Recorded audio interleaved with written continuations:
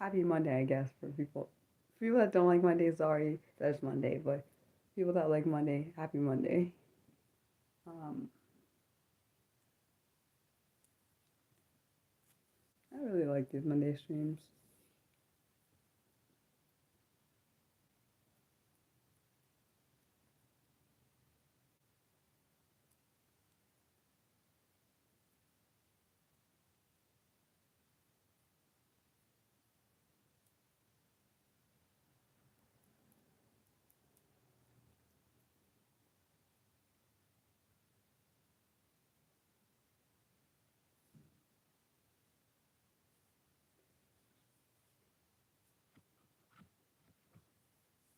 It's going okay. My head hurts, but to be honest, just like how I push myself as a runner, I push myself in through other things, so I'll get through it. Mm. But today has been good and busy, like always. Content stuff mostly. Um, what else? Also, yesterday I put up a lot of my childhood and a few of my teenage drawings on Patreon and Coffee. I know one of my subscribers really likes my art, so I know she liked. I don't think I've ever gotten a migraine. I have chronic headaches most of the time, which is annoying. This one isn't irritating me because I already don't feel well on top of this headache. So yeah, but that's life. Oh, hi Mildred. And hi Nick. I meant to say that. My bad. Hopefully Chill comes on here so you can tell him about the dart game, Nick, because I'm excited to hear how that goes when you guys do it. It's not weird. Okay, maybe it is, but I don't care. uh, it's kind of like I find like sometimes I feel like I live vicariously through people. It's weird, but I don't care. There's not really anything wrong with living to people when they're having fun, but now like living your dream to people, that's kind of odd. Oh, you're glad. Yeah, a lot of I have realized when I was going through my art, I realized I had a lot more creativity and imagination when it came to my art. Hello, and I really like looking at like I was looking through my art and I saw this character, me and my sister and when we were younger, we created this game, and I drew the character that I was, and I forgot about that character for a while, and then I was like, I remembered the game we played. It was interesting. It was like I don't know if she was a superhero or I'm not sure if she was a superhero or a supervillain. The character's name was Diamond Fires. She was a diamond. She had diamond powers, but she also had fire. So it's an interesting character. Like I think my sister's character, hers was like an ice. I think her character had like ice powers and like volcano, like something like that. That's what I remember off my top of my head. Uh, but yeah, I thought that was interesting. Looking through my art and seeing how my creativity has changed and how my imagination is different since their experiences. It was cool especially when we were kids. It was cool because during the summer, this was during the summer we made this game up when we went to my grandmother's house during the summer. We made that game up because like back in the early 2000s and the 90s, you didn't really have much. Let's be honest, there wasn't much to do, so you either make up games or do be bored. Also, that's honestly that's stuff I was telling my mom the other day. Actually, no, I think it was yesterday that Nick, you don't have. Yeah, I'm not unmodding anybody that I modded, and that was rude of you to say that. Hold on, Nick, 1 second. Mm. Oh, you got it. Thank you, Nick. I was about to. I already. You deleted their comment and I blocked them. That was rude. I did not appreciate that. Oh, hi, Grace. Um, what was I gonna say? back to the saying. Like I was saying, the art, like, I don't appreciate. I just want to. I don't. I apologize for other people's behavior, even though I know I didn't do it, but because I don't want anyone to have any kind of trauma attached to them because of something that happened on my channel, even though I don't have control over what other people say. I know that sounds weird, but yeah. Back to what I was saying about my art, how it's morphed and stuff. I was saying um, that my creativity has changed and my imagination changed based on experiences in my life, which I don't know if that's a good or bad thing. I will say, like, as a child, I had um a lot more. I feel like because I had a lot more free time, I was able to do a lot more with my art than I am now. Like, even though at this moment, I don't have a job, I still do stuff for this channel. So I don't just do, so I can't just do that and nothing. I mean, even though my art makes me happy, it does. Oh yeah, I also was just saying when first time I ever did art was when I was at my grandmother's house, when I was a kid. So, that is the first experience I had doing art. I mean, outside of school, outside of school. It's the first time I ever realized that I had, like, really loved art. Like, I remember me and my sister would both draw, but I kept doing it, even though at the time it was just a summer thing because we had this is back when I don't know if they still give out summer, I don't know if, I don't know if they still do the summer packets, but they did like the summer packets and the math and the reading for people. So I think we did those, and then sometimes during our spare time we would draw and stuff. But I realized that's not just it's not like a little small. It was never a small interest. It was always a interest that is um bigger than what I thought. I never actually thought people would actually like my art to buy it, which is insane. Um, like, I didn't think that. Honestly, as a child, one of the dreams I have always had was I wanted to be someone that was creative and did art. Actually, that was one of my dreams as a kid. I wanted to be an artist. I still never thought, I never thought I couldn't be one because you know how people have to be very talented in order to, let's be honest, with any kind of fine arts field, you have to be very talented in order to make it typically. You got to be very out there and, like, kind of um, not fully. I feel like you have to have, like, a different way of thinking when it comes to art. Same with dance and any competitive field because that's what I think. But that's just a thought.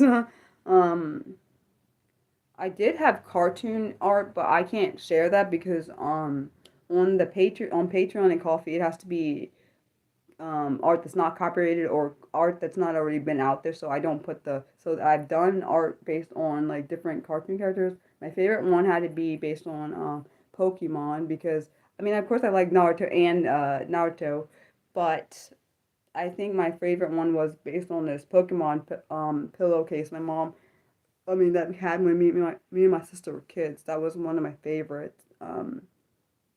But um, I think actually I did show that through. I showed that during one of the special interest video when I got to 250 subscribers, which seems like such a long time ago. It was sometime last year. I think I showed it, or the year before.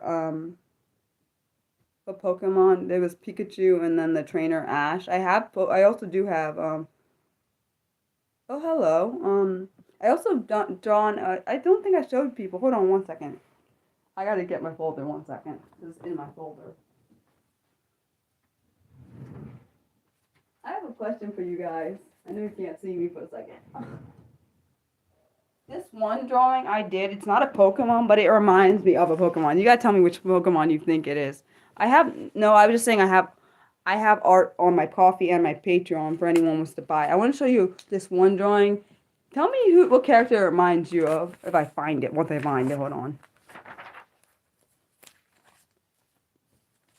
Because that reminds me of a certain character, and I'm curious to see if you guys think the same thing. People that like Pokemon out there. Who does this character remind you of? Does this character remind you of somebody? Your first... Does this remind you of anybody? I made this based. I forgot what character I made. Actually, I think I know what character I made it based off of. This is my own drawing. This is, I think, Squirtle. No way. It can't be Squirtle. No way. What do you mean Squirtle? This is definitely not a turtle.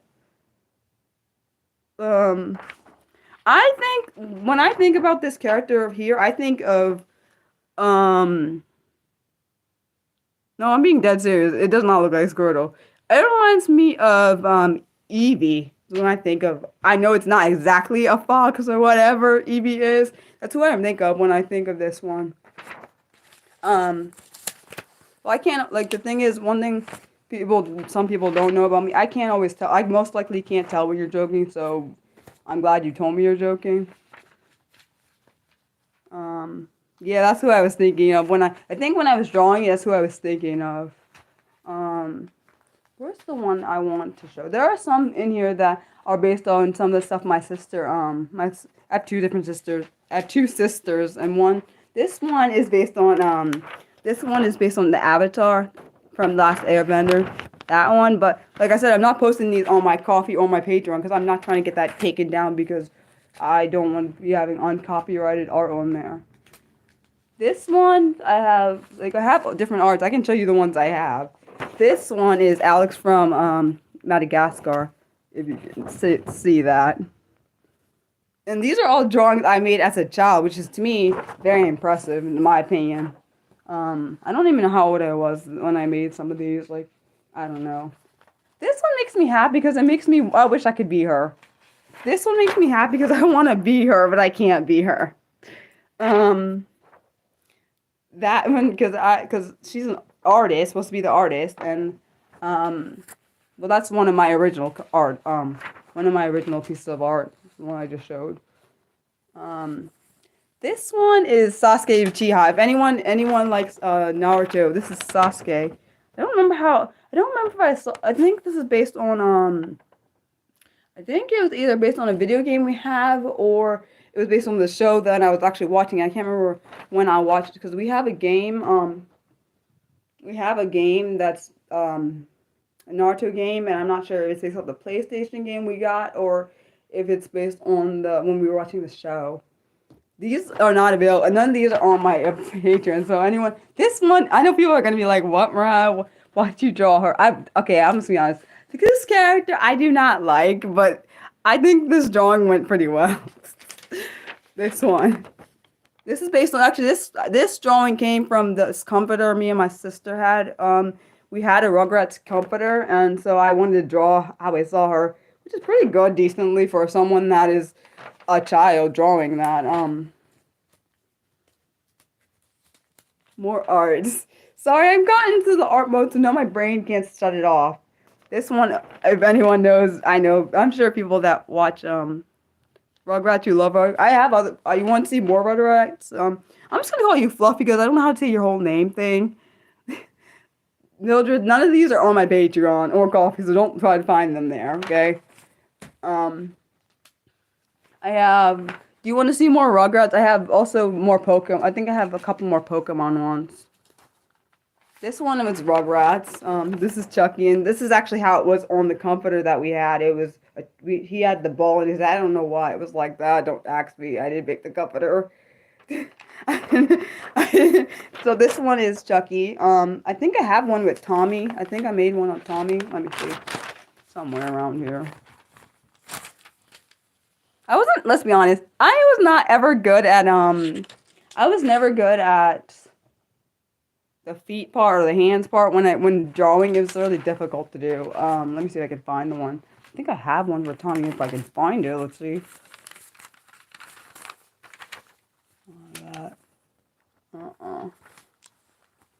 This is what happens when you have too much art in your stuff. You don't realize, you can't find it all the way immediately.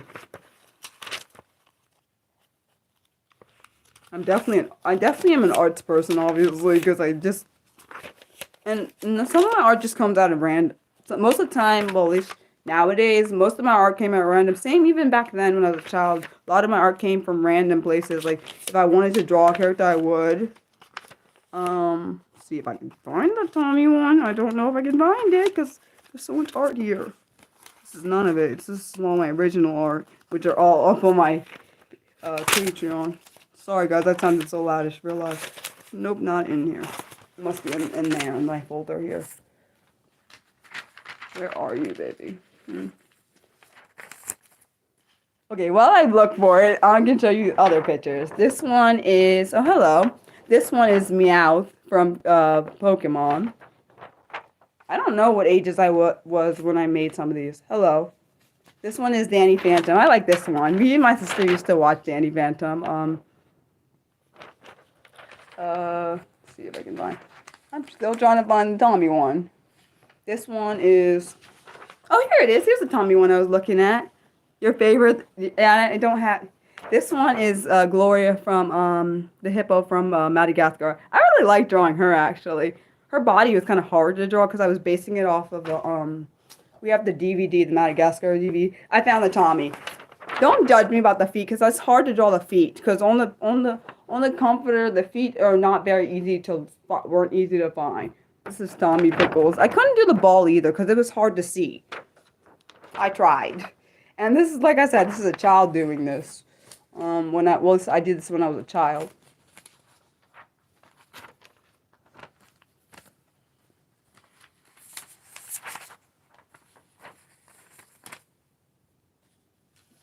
Oh, thanks. I'm trying to figure out, do I have a favorite one in here? I don't know. My childhood art? Let's see. Not even sure. Oh, let me see if I can find the one I was trying to show you. The other ones I was trying to show you back from when I was looking at something. This one is yeah, it is private for some. For me, since this is one of my special interests, I don't mind sharing with others. I think it's like, what is his name? This is Staryu, and I forgot what the other name is. I can't remember how to say his name. They're supposed to be they're normally the bad characters in the Pokemon. I don't know if they're still around in the Pokemon thing. No, the one, isn't there one after Gengar? Or Gengar? I don't remember. My bad. I know the name is up there, I just can't pronounce it. My brain can't pronounce that. It can't. I know I'm supposed to be able to do it, but like my brain, well, it's dyslexic, so. Oh, this one, I love this one. This one, this reminds me of when Sasuke is leaving the village. This drawing when he's like leaving the village, you know, because he betrayed everybody, which is messed up, by the way. But, that's what that one reminds me of. And then this one is Sylvester. I don't remember where I must have been watching the Looney Tunes show or something. Well, I like sharing my art because I know I'm not the only one that likes art. And I like sharing my art, particularly I like sharing my my original art more than ones that are already been created. Not that there's anything wrong with the ones that have already been created. Like, oh, yes, this is the one I want to tell you about. This is the one I really like that I drew as a child. This is kind of harder to see because you have Ash here, and then you have Pikachu here. This is how it showed on I think it was either the case I had, or it was, pretty sure it was a pillowcase. That thing, I think, got really old, and I think we threw it out. Yeah. This is the one someone was telling me they really liked. If only I could have put it up for sale, but I can't do that. This is one that's one of my. This is I don't remember. I know I was probably about 8 when I made this drawing. It's very interactive. It shows how my brain was so imaginary. I guess at this time, like it's a monster, and then you have fireballs and a school and all this stuff. I don't know. My brain was very interactive, I guess. It's very interesting to see how different my art is now. This is from the past, and I have art now that is completely not the same at all. Nothing wrong with it, just it's different. Art, I like that art because I like art that is very, well, at least my art, I would say it's very abstract. It's very, it doesn't always have You have that one in the gallery. I'm not surprised. What is the gallery called? Is it called Mariah's Book or something?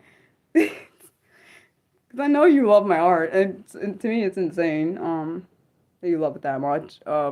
Because I didn't think anyone would ever care about it to the point where it'd be in, like they'd make their own gallery. um, I don't know. I'm trying to think back. Like I would the one I showed you with Ash and Pikachu is my favorite art from my childhood. I wonder if I know I have a piece from art that I like from. I think my favorite piece of art besides the one I showed you for ADHD and the ADHD and proud of it. This has got to be my favorite art piece of like that I drew. That one of my subscribers, who's also one of my Twitter friends, like is the first one to buy. Let me see if I can find it. See if I can find it. Hold on. Not that. Not that. Not that. Not that. This one is my favorite. This got to be my favorite piece. Like, I really like this piece. I don't even remember how it came up with this concept. I really like this piece a lot. And this is literally one of my favorite pieces. One of my Twitter friends bought this piece. He was the first one to buy it, and people have told me when they've seen this piece, they're like, it reminds them of a game, like the final like chapter. And I never, when I removed this, I wasn't even thinking about that. I was just kind of thinking, and it kind of morphed. It's funny how sometimes my art morphs into something I didn't think of, but it actually turns out better than I thought. Like this is one of the one pieces that is my favorite piece of art, and I was surprised when one of my friends was like, another person besides Mildred was telling me that they're gonna buy my art. I didn't expect him to buy this one. I thought he was gonna buy something else. He was asking me like, why do you? He thought red and purple were my favorite colors, which that's not even true. Red and blue are favorite colors, which is ironic because it makes purple, and I really don't like purple like that. Just a personal preference. Red and blue is always my favorite color since I was a kid, and it's not changed. Sometimes people's favorite colors morph or change, and mine never has. I don't know if it's an autistic thing or if it's just a Mariah thing. And not always. I don't always know where, like I said, I don't always know where pieces of myself are not attached to my disabilities. I'm not certain, like all the time. Like, I do know I do certain traits because of that, or yeah, I don't. It's funny, I know, but it's funny because I like the two colors that make up purple. I believe one of my sisters, either one of my sisters likes purple or they used to like purple. I don't remember which one, if it's that way or not. Which is ironic because I really don't like it. And I don't know why I don't like it. I just don't. I just don't, which is ironic because like I said, red and blue make purple. Um, I don't know what it is about the purple I don't like. Maybe because those two colors go together to make it. I don't know. Two primary colors make up the secondary color. Maybe that's why I don't like it. I don't know. But I like it on my drawings. I don't like it when if I had to choose between red, blue, and purple as a color to wear, I would not pick purple. I mean, I have stuff that is purple, but I wouldn't say that's my favorite. No. Um, it's just a preference, I guess. Like some people like black, some people like different colors, like gray and other different colors. Like even though it looks really good in my art, like red and purple looks really good. Like the phoenix I made was in red and purple. So yeah, and then the motivational words I did for one of my inspirational things is in red and purple. It looks really good on paper. I don't know why. Like red and blue. You said pink is a color you never liked, especially bright pink. So you mean you wouldn't like this then? My sweater. My sweater is bright pink, kind of. Um, yeah, I don't know. You like dark purple. Wait, deep dark sparkly. Huh? Oh, you're saying on a car. Okay, okay. Um, I don't know. I feel like I just don't. I don't know. I don't gravitate towards purple. I don't know why. Like I don't. I don't know. And maybe it's because of the how light it is, and maybe that's why I don't like it. I don't like the lightness of it. Wait, which one are you? You're a girl. You have a girl car. Oh, wait. I'm a car girl. Read that wrong. Sorry. I said that wrong. I read that wrong. My bad. Dyslexic moment. Nothing wrong with that. What am I thinking? I don't know. Neon, ew, neon anything just sound. I can't. That just sounds. My brain feels like it hurts. Like when you just said that. Just like neon is fine for like when you're like outside at nighttime. I get it. Like, but neon every day. I at my brain. I feel like my brain's gonna hurt because like certain colors don't look natural in neon. I'm just saying. I know that sounds rude or whatever, but like certain colors just don't look okay, and it's like confusing. Um. What do you want me to call you? It's okay if I'm calling you Fluffy, because I don't know how to say I don't want to say the other parts because I don't know. It just my brain is like overwhelmed, and I'd rather call somebody by what they prefer me to call them than just like I said. Oh, your name's Alyssa. Nice name. Oh, so you're an M name too. That was random. Let's go with Mariah's randomness. I sometimes have those moments where I'm random. Um, what was I gonna say? Oh yes, Neon. You have a horse named Mariah. Oh, your horse's name was Mariah. Hopefully, it was a nice horse. Um. Oh, that's precious. Oh, that's good. I'm glad. Um. My name is becoming too common. I don't know how I feel about it. Actually, yes, I do. I don't like that. Like my mom and my dad said back when they gave me my name. Like when they get back me when they gave me my name, it wasn't as popular. I believe that, but nowadays it's just like everywhere, and I'm like, why? Can't we have like one day where it's not like I don't want to hear it? I know it sounds rude, but like, can I have an uncommon name? That's kind of what I feel. Like my name's common. Um, I don't know. It kind of annoys me at times.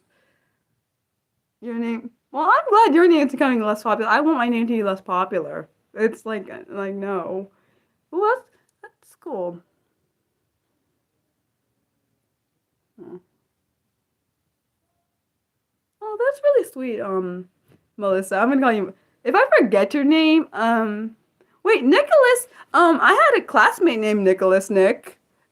Of course, he is not you because you're not the same people. But his name was Nicholas. Wonder how he's doing. Speaking of that, sorry, I just kind of went off on a tangent. My bad.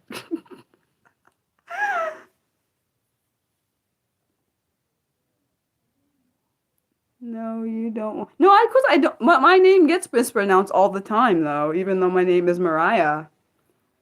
Mariah without they say my name as Maria.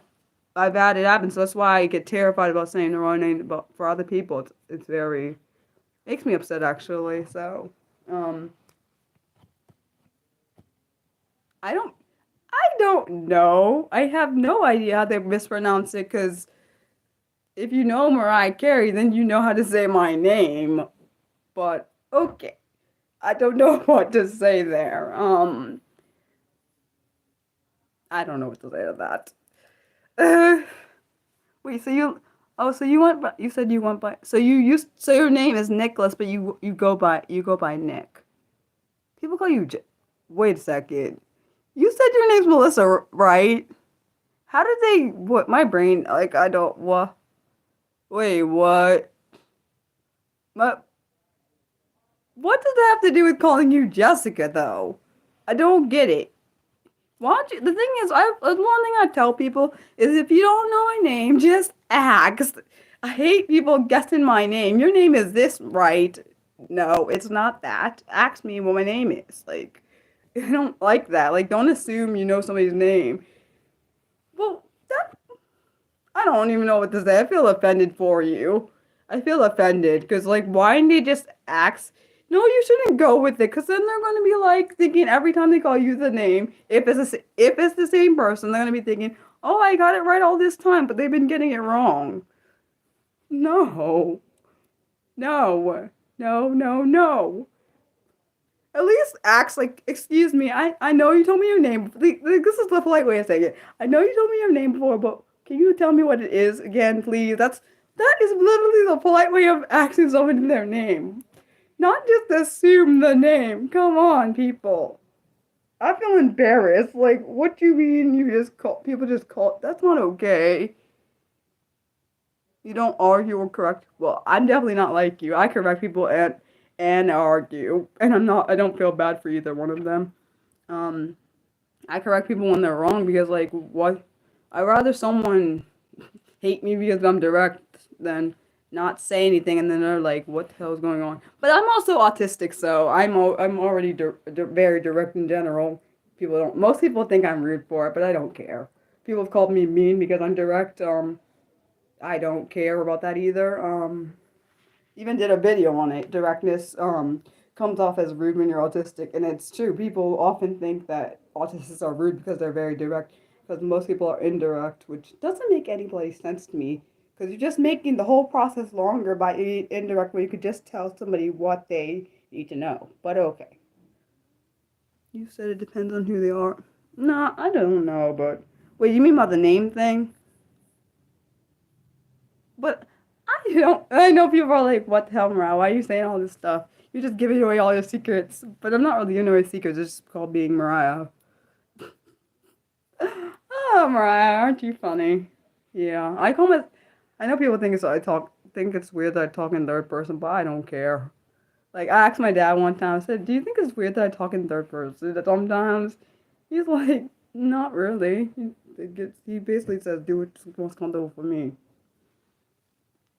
It's always the situation pending. What do you mean? Dang. I'm so glad my hair's not out because I would have been stimming on it a lot, like the other time, and people were like, Mariah, stop stimming on your hair, you're gonna pull it out. Um, have I ever hugged a goat? No. I never, no, not that I'm aware of, but, I just be Mariah. I don't really know how to be anyone else. If you try to be someone else, it doesn't really work though. Um, Sorry if you hear loud talking. My mom and my sister are talking to each other. I don't not aware of what you guys can hear on your side because I can hear it really well. So I don't know if you guys can hear it as well as I can. Um,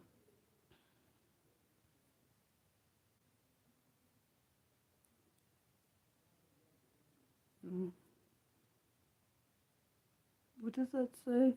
I think a vast majority of people would far oh fair well sorry would prefer directness over well I don't know I feel it depends because I've been very direct with people and they get insulted by it like and some people that are like me understand directness like some people that are autistic just like me understand that it's um they're completely fine with it others that don't like directness or would prefer sugarcoating don't like it very much. Some of them get mad. Some of them are like, why are you being rude? Others are like, just ignore me completely. So it's a mixed bag. Thanks, guys. Appreciate you for texting my chat. I saw what you did, Mildred. Thanks for that. Um, you had 8 goats. Okay.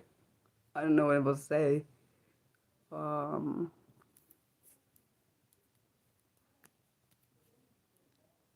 I'm thinking. I lost my thoughts.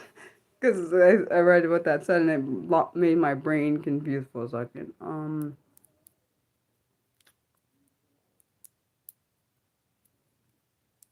Thank you, Mildred. I don't know what was happening. Because it got all weird at one point. We were talking about directness and then I saw what the person said, but I completely ignored it on purpose because I know bringing attention to it would have been like, what? Why are you bringing attention to it? Because it's inappropriate thought, and I mean, um, yeah, it would have probably just made it worse. So I appreciate you for doing that, Mildred. Because I saw what was said, even though I know they spelled it wrong, but I knew exactly what they're. I don't get it. They were fine. I was the whole situation was fine, and then it went on the like way on the extreme left or right. I don't understand. But okay. Like I said, directness is fine for most people. I think people don't like when you hit a point that they that is bugging them. That's more of what it is. You're dancing around a point that or something that an issue they're having and they don't want it addressed. Even if you didn't know they wouldn't want it addressed, you hit that point and they're like they can't come back from what is going on. So they're like, okay, let me just like ignore that person or just move on. So they don't really know. I don't. Sometimes I do wonder if people don't understand how to approach me, so they just rather just say nothing. Which is I feel like it's better than you just being rude. Hopefully that made sense, because my brain sometimes goes very fast and my thoughts don't always connect, which is I know is an issue for me. It's always been an issue. So yeah. Good. Okay, I'm glad it made sense. Man, see the whole situation. Now that whole conversation made my brain confused. Like I don't understand. I don't understand what that was. Like we went from talking about normal things to talking about goats to talking about something inappropriate, which I didn't think was ever gonna happen in my own freaking chat. Um, and I can't control what other people do, but I'm glad that I have mods in here that actually can deal with things that I don't have to deal with. Unfortunately, I feel bad you got to deal with some of this stuff. I do feel bad about that, even though I can't control what people do. Um, I never thought I'd get to a point where people would ask me that kind of stuff on my actual live stream, but I guess that's a thing. I know as the channel grows, it's gonna get worse, which kind of scares me a little bit. Yeah. You're not, Mildred, you didn't do anything wrong. You were trying to protect me. I understand. I saw what they wrote, but I just kind of ignored it because I know in my head I tend to, um, explode things when they don't need to be. It's a whole thing I do. So yeah. I did like sharing my art, and I'm not ashamed to share my art, like with other people, like people seeing it and things. Never really been ashamed to do that because I know art can be healing for some people. For me, it's very soothing, and I really enjoy it. So, um, I think that I think I do. I'm glad that you both, you and Nick, you Mildred and Nick, that you know this is a safe space. So I know you're trying to protect me and other people. So I appreciate you both. Just to be clear, um, I've been watching this show that I watched when I was a teenager, which is insane when I think about that because that was years ago, like decades, which is freaking insane. Um, well, I guess a decade in. Well, I guess the last time I was a teenager was a decade and almost a half ago. Not exactly yet, because that'll be next year, one decade and a half. But I was watching what's it called? Lincoln Heights. It's on Hulu. I watched it when it was on air. I think that show was good. It still was good. I really wish they had a fourth season though. I'm on season two. I know, see, it's bad. I literally just started watching it like I think was it Saturday or yesterday? I think it was Saturday. Either Saturday night or no, it was Saturday night. I think Saturday evening or it was sometime Saturday. I was started watching it and I was like, this show is binge worthy. I hate when shows are like that because I mean I can't. I gotta push the next button. Like I have shows that are like that. That show is like that. Pretty Little Liars is like that. Oh well, was, and I'm watching it for like the third or fourth time, which means I have a problem with watching it because I mean I like it too much. That was a really good show. I watched that from being a young adult into my little bit further into my adulthood. I watched it for the 7 years it was on TV. That was a good show. I ain't gonna lie. The first episode was my favorite. And I was like, when I watched the first episode, I was literally hooked the day. When I saw the trailer, I knew I was gonna watch that show. I didn't know how intense it was gonna be, but I knew I was gonna watch it from day one when I first saw the trailer for this show. This show Paradise is really good. It's a Hulu. I think it's only a Hulu. I think it's a only Hulu series. It might be on TV, but I know it comes on Hulu. I think it actually is on TV. I can't remember, but that's a binge-worthy show. I gotta watch the most recent episode though. Doc is good. Have to watch the most recent episode. I gotta watch The Rookie, man. The Rookie is. I gotta watch the most recent episode of The Rookie. That's a good show too. And then 911 is coming back in March, which I'm so excited about. I love Angela Bassett. I like her. And I'm so sorry for this stupid car that just flew past my house making all this noise. For anyone that has misophonia like me, I apologize to all of you guys. Um, that's a really good show. It's only its eighth season there for 911. I'm trying to think. Oh yeah, also thought Doctor Odyssey is coming back in March too. They're gonna have a crossover between 911 and Doctor Odyssey. It's gonna be really darn. I think it's gonna be a really good one. Um, the first sound. That's the first sound. Like I am so sorry. I am literally so sorry because I have misophonia and it's annoying when I hear certain sounds, and that's one of the sounds I really hate. Like how the loud, the obnoxious sound of a car driving, so they made their, which I know that's not their natural engine in their car. There's, I'm not sure if it's one of our neighbors that their boyfriend has a car like that, or is some imbecile in this neighborhood that decides to drive their car up and down this road because they've done it like really early in the morning. It makes me want to hurt people, but I digress.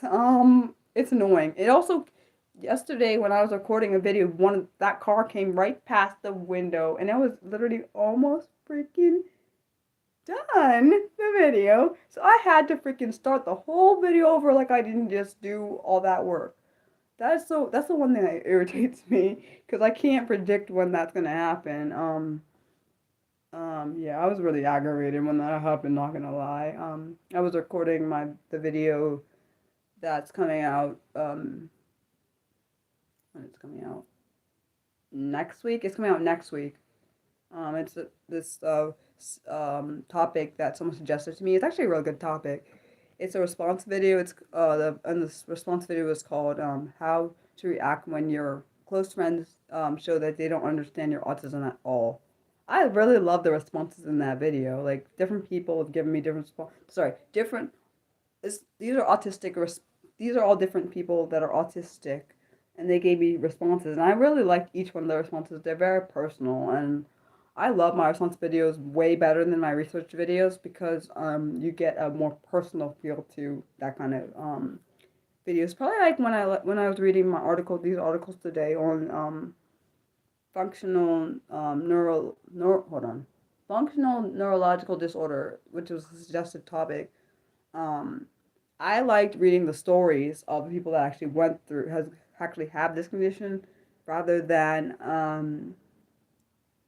yeah, what you're talking about the topic it is a really good topic. I actually didn't put my response in that video because I didn't really have a response for it because um my friends, the ones I have currently, they don't treat me any different because I'm autistic. So I didn't really have in response to that video because I didn't experience. I mean, I'm fortunate enough not to have experienced it that way. I've had friends before that didn't understand my autism, but I don't have them in my life, so I didn't have relevance to that actual topic because those people I cut out of the life because I don't have to deal with them, and I also didn't feel like they were significant enough. Those friendships were very surface level, and I would not consider those people close friends. Each one that gives me a response, I appreciate every single person that's given me responses to any of the response related videos I've done over the past. It's currently and over the past. And I don't remember how I came up with this idea of doing response videos. I don't know. I just thought about I feel like it's more personable and you get to hear other people's thoughts, and I thought it was really creative to. I read the responses out, but it's kind of almost like I feel like when I'm reading the responses, I'm kind of living the moment. It doesn't make any sense, I know, but that's what I feel like.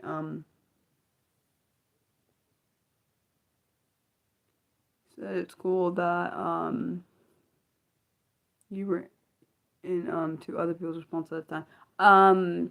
I also make when I do my response videos, I always try to get their response way in advance so I have time to put it into words and stuff. 'Cause I like having stuff way ahead of time. I am going to be doing one on blindness and deafness. There are videos I have like that I want to do, but I don't know if I can because if I don't have people that are actually blind in the responses, I don't want to do it because I don't want it to be, I want personal experiences. I don't want like, there's one I want to do what blindness is from the perspective of people that actually are blind, what deafness is based on the perspective of people that are deaf, and also I had different ones. One is where it is one thing, and then where it isn't.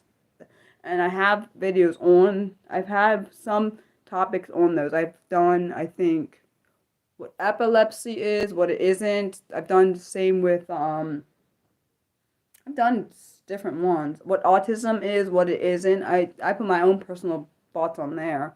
Um, there are other topics I would like to cover, but I can't say for a fact I'm going to get to do them because if these the people that if there are no one that comes around, I can't do those. So I might have to if I when I put those topics out, I may not be able to do them. Might have to switch my whole routine up because I have them planned as planned videos, but I don't know if I'll get responses for them in order to do those topics. Like for blindness, what blindness is and what deafness is, I have them under my planned videos, but I don't know if I'll get responses enough. I don't even have to be a lot of responses to do the topic. It just needs to be a few at least. Um, Even one is fine, but oh, question for anyone that watches my plan videos. I forgot to ask this. Um, you said you always wonder how the experience of blindness for people who could never see versus people who lost their sight. Oh, that's an interesting thought. I don't know. Like I do think about like how Ray Charles like how he lost his sight. So I wonder for him how that must have felt like having a sight and then losing it. Like for people that never had their sight, like I don't think Stevie Wonder had it. He might have had his sight when he was very very like a baby, and then he lost it. Cause I did a yeah, I do wonder that too. I agree. I do wonder like how it feels to like for Helen Keller, she had her sight and her hearing at one point, but then she lost it as a baby. So for her, I don't know if she would. I don't know if she does she remember. I don't know if she would remember that she used to be able to hear and see. If she would have remembered that because she was very young. So like I don't know, like for people that have lost, like when they lose your senses before, like certain senses before a certain age, do you remember that? Or is it because since if it's before the memory can take place, I wonder if they just feel like they've never had those senses. Just as a thought.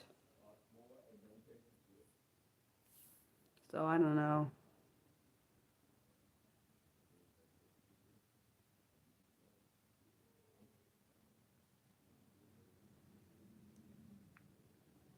I never understood what is alt text. I never know what that means. I've seen it, but I don't know what it means.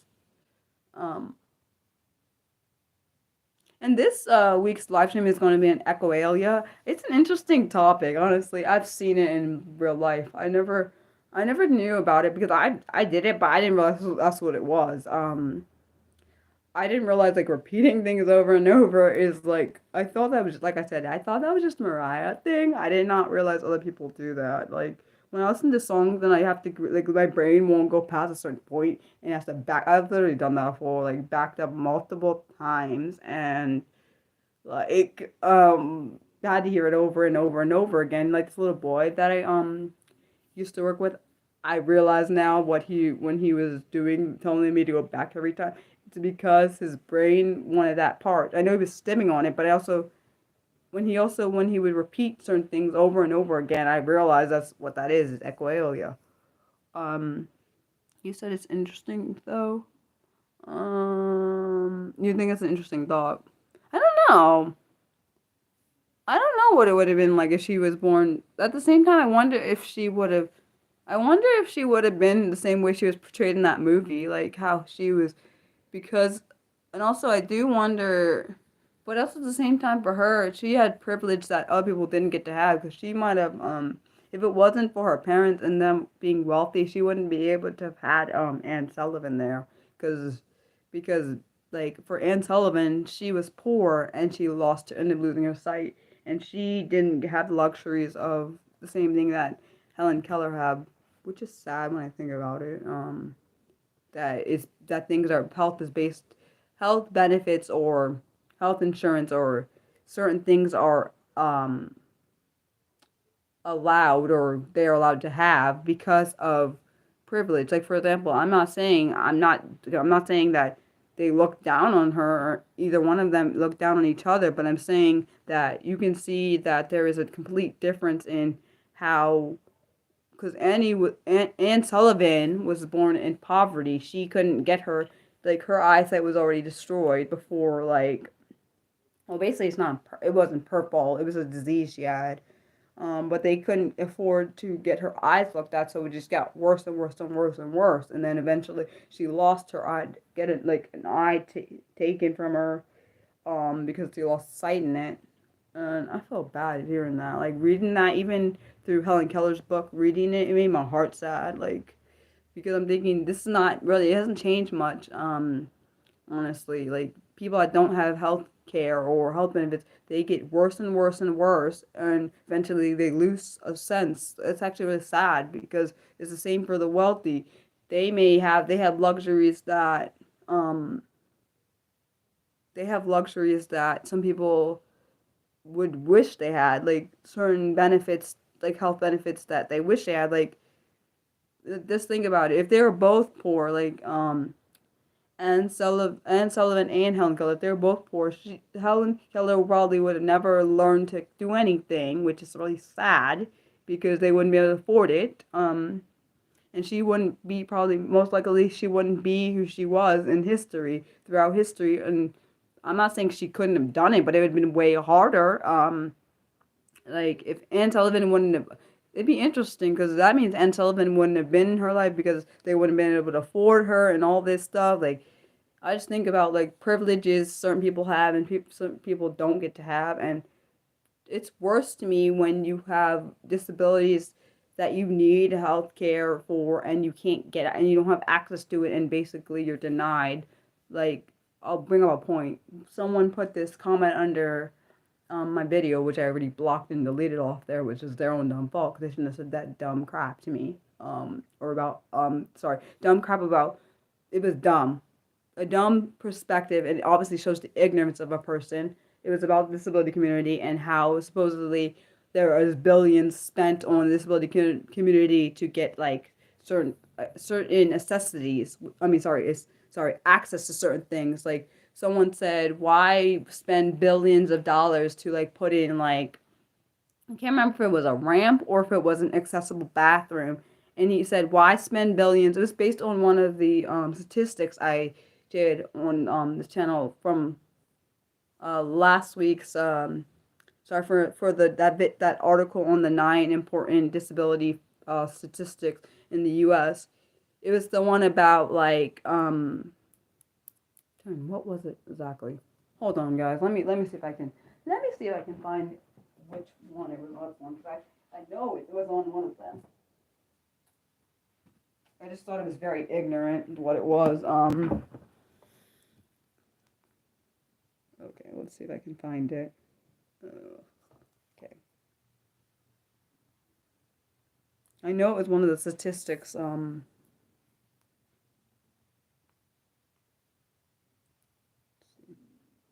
My stomach's hungry, but I don't care. I will ignore it like I normally do.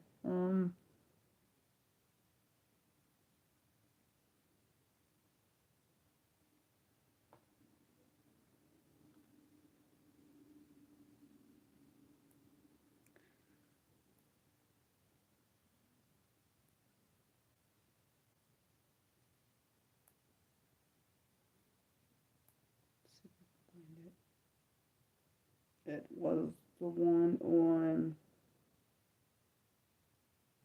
not that one. Oh, it was this one. It was number 4 that says some physical space. This is the one they put it on. It was the one that says some physical spaces are still accessible to individuals with disabilities.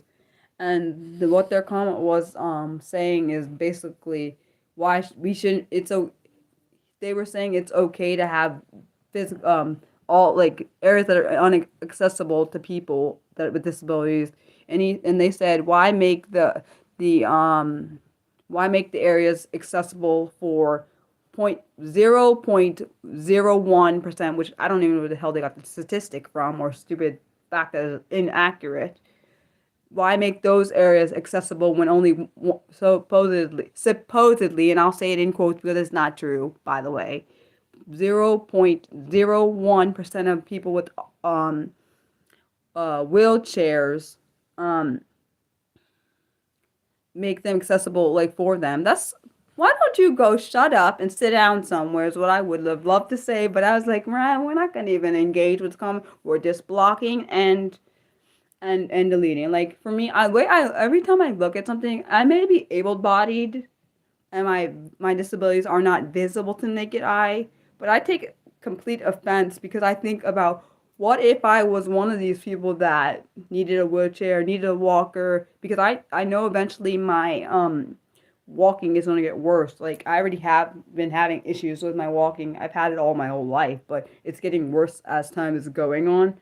And I was thinking, I feel bad for anybody that has to deal with not being able to access certain places they want to go into just because they don't have ramps, they don't have elevators, they don't have access to like what should be already been done. Like I don't get it. Like and the to me, someone having the audacity to come on this channel thinking they're gonna just put their comment up on here, and I'm not gonna do nothing about it once I read it, must have lost their bloody mind. That's what they must have lost. And I know I shouldn't say bloody, but the thing is, I think people think it's okay to bully people on my channel just because it um yeah, I agree. It should have already been on. 100% agree with you. Like people, when I saw when I was interning in college for my last semester for my senior year, I me and the person I interned under, we went to this. We had like different conferences, 288 conferences in the fall, and I got to see what surveyors have to do, like surveys of buildings and stuff. Like they were saying they'll go around to different buildings and see if they're up to code and make sure they're applying to ADA things, and if not, they'll go and they'll let people know you need to make this up to code, and it's not right. It's not accessible for anyone that has a disability. I'd never seen anything like that before, and that's really sad saying that I was in my 20s when I said that when that happened, which is insane because it tells me that this probably still happens, and it was sad to I don't think I would want that gig because I'd be upset every time that the thing is not up this to code because I take it personally. Even though I can walk, it doesn't matter. I think about people that can't have access to things they deserve to have access to. I did do a bit. Speaking of that, Nick, you said about making all areas accessible. I did do a video. I don't remember if it was several years. I think it was maybe several years ago. I did one about making schools accessible and making all areas accessible. Oh, see you, Mildred. I'm glad you came though. Appreciate you. Um, and also thanks for modding. I appreciate you modding, and so same to you, Nick. But I don't need to say it to you, Nick, yet, because you're not. I don't doubt you're leaving. Um, if you are, let me know. Um, I don't know. I just think it's really. I'm just tired of people's ignorance. Like I don't. I know I shouldn't say that, but I am tired of people's ignorance when it comes to Oh, thanks. I appreciate you, Mildred. I appreciate your encouragement. It does help me because I get discouraged a lot. I know it's probably because I wear my heart on my sleeve. which my mom tells me it's true. I do wear my heart on my sleeve. So I take things very more personal than most people would. Yeah, that's the thing. I'm just glad that I get to help people, even though to people, some people it's not that much or not impactful. But I think making someone's day better, even if it's for a moment, is worth it. Even if some people are like, Mariah, you didn't really do nothing, but okay. I don't know. Uh, I just, I don't know. I don't know. I just, because I know what it's like to be, person that's not always been happy. Like most of my life, I was not happy. Rediscovering it now in my 30s, it's kind of odd for me a little bit because like it's so much time has gone past, but it's better than I think it's a better place than where I came from. So I don't knock anyone that goes through hard times. Like, what's the point of doing that? Like I don't. One thing I never have understood and still don't get it. Like, why if you're gonna go into a channel just to hate them, why go on it? I don't. I never understood. Like, I don't understand. Some people come on this channel just to hate on me and other things, or some people come on here to get a rise. Some people come on here just because they have nothing better to say. I don't quite understand. Researching issues. People have asthma. I do. I am encouraged, but well,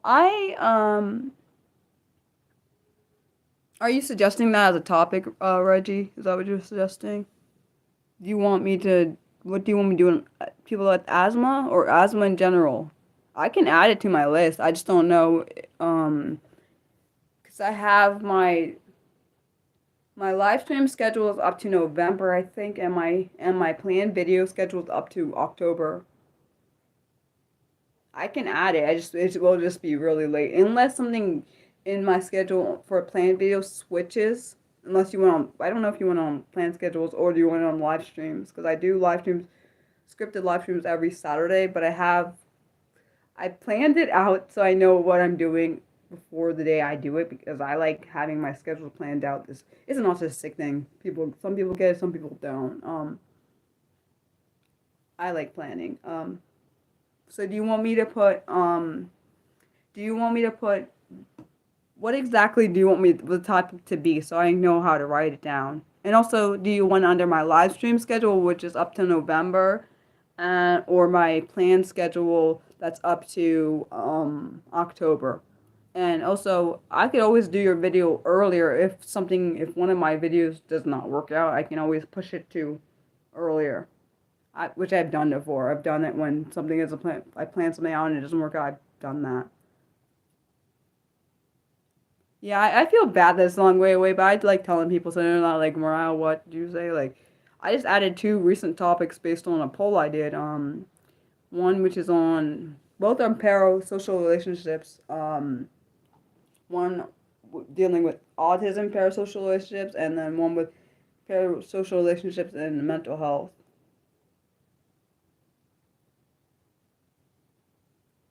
You want the live stream? So do you want the live stream? You want it based on autism? I mean, not autism. Sorry, asthma. My bad. I did not mean to say autism. You want it based on asthma, or do you want me to actually literally put issues with, or do you want it to be called issues, people with asthma face? Which one? So because the reason I asked is because sometimes when I rather the person who gave me the topic to suggest what it is rather than me make up the. I know it's weird. Me make up the title if it's not my topic. It's I know it's weird. Don't judge. You can judge me. I don't really feel bad about that. Um, you said when was it? Let me look. I wrote it down, Nick. I told you it's probably gonna be a while. Let's see. I wrote it down on here. You said when? Okay, I'll write that down, Reggie. 1 second. I mean, one moment.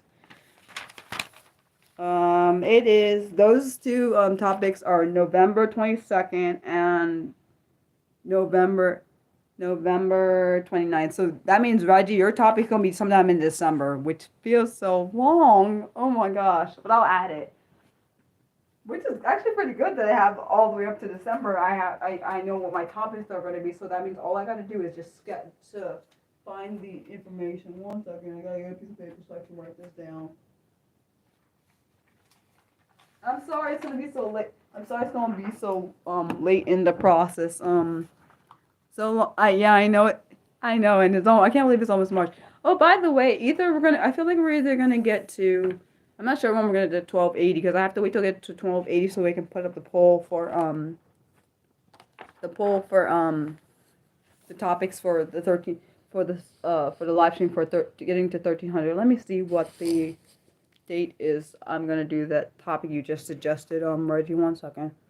I'm looking on my calendar because I don't remember. My brain is trying to figure out what that is. No problem. You don't need to thank me. I do take suggestions. I appreciate people that give me suggestions. I'm not sure how many options are going to be, Nick, because I'm not sure yet. Because I don't know how many. I think I have. It's either going to be 3 or 4 probably options for that. Hold on. Calendar. What? I got my brain confused. So you said the people. So issues, people with asthma face, is that what the topic is? Let me see what date that's going to be on. So 29th is the last one I have on here. Let's see. The 6th is when I'll be doing your topic, Reggie. Let's see.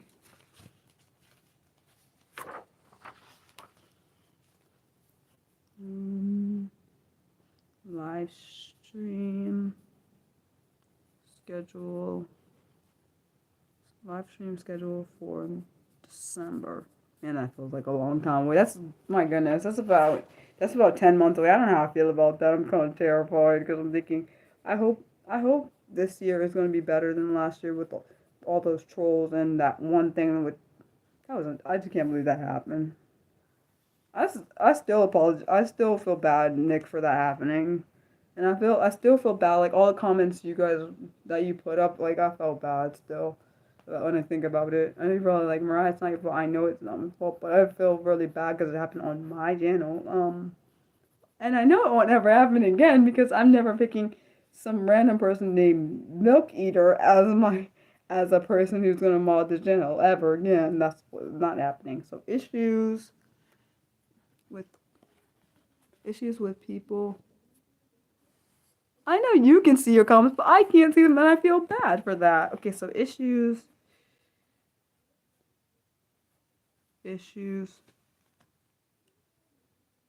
Reggie, would you rather me put issues for people with asthma face, or do you like issues with people with asthma face? Because my brain is not computing that statement for some reason. I think it's having issues with the with part there in between the issues and people. I'm serious. My brain literally doesn't. My brain's not liking that statement. But also I don't know. My brain's just not liking it. It's not your fault. Reggie, you still there?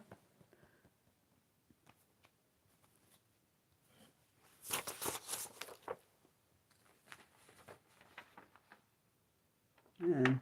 When I look at the schedule that I've done, I'm like, wow, it's a lot of things. It's not a bad thing. It's just a lot of them.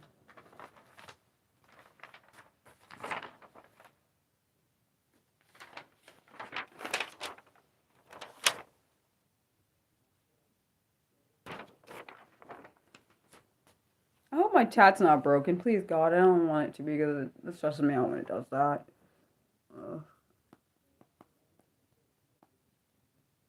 Why?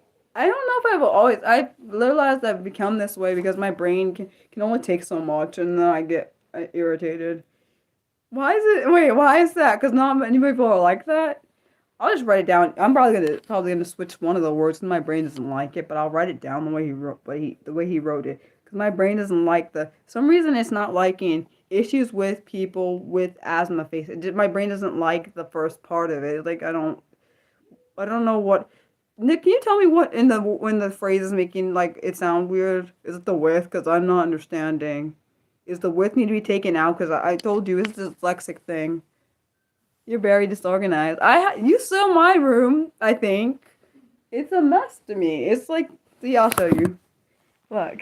So it's organized. This is mess. Look at that. That's mess. I have organization. I do have parts of my room. Sorry. The topic. So it says issues with people with asthma face. What part of the phrase is wrong? Because my brain doesn't like something. I think it's the width that I don't like here. The width between issues and with people. The width is not. I don't think the width is supposed to be there. Yeah, issues with Yeah, I don't think it's supposed to be there. Is it possible? Can someone help me? Because my brain doesn't like that phrase, and I don't know why. Is it maybe it's supposed to be issues people with asthma face? Maybe that's why it doesn't like it. I think the width is supposed to be taken out. Is that something? But question for anybody who's listening here. So is it better? Does the title sound better if it says issues people with asthma face? That's the way I said it. The way it's written was issues with people with asthma face. The extra width is throwing my brain off. I just not like that. I'm so sorry for that ruckus outside. Yeah, the width is throwing me off. I think it's supposed to say issues people with asthma face. I know my dyslexic. It's funny. My dyslexic mind is battling my autistic mind because it sees. Yeah, I think that's what it's supposed to be. Yeah, I'm leaving the second. I'm leaving the first one I said because my brain doesn't like the second. It doesn't like the second one because the width is breaking my brain hurt. The second width isn't. I mean, the first width is making my. I don't. Yeah, I don't. People are like, "Mom, we are complaining." It's not really complaining. This is how my brain works when it comes to grammar. Sometimes, I know it's I know it's the autistic side. It doesn't. It's typically spots grammar errors, which is very annoying for people that don't like how I am in that regard. Most people don't like. I do that sometimes. I point out people's errors and they get on my. Some people get annoyed by me. It's not my fault. I can't help it. And funny is like it's why it's funny because I am dyslexic also, so you wouldn't think I'd spot those errors. Yeah, I thought there shouldn't be two widths. Thank you, appreciate you, Nick. Thanks so much. Because my brain, I was trying to figure out why it wasn't making sense in my brain. Okay, so that's gonna be December 6th. My goodness. Wonder what this channel will be by December 6th. I don't know. I was talking to Mildred, because she's also one of my Twitter friends.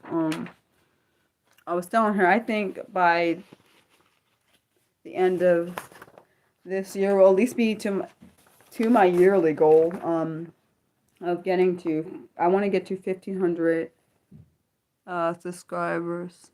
That's my yearly goal. So we're closer to it, but we're not there yet. I know we'll probably surpass it, but that's the goal I have. I don't make too big of goals because then when I don't get to them, I get depressed.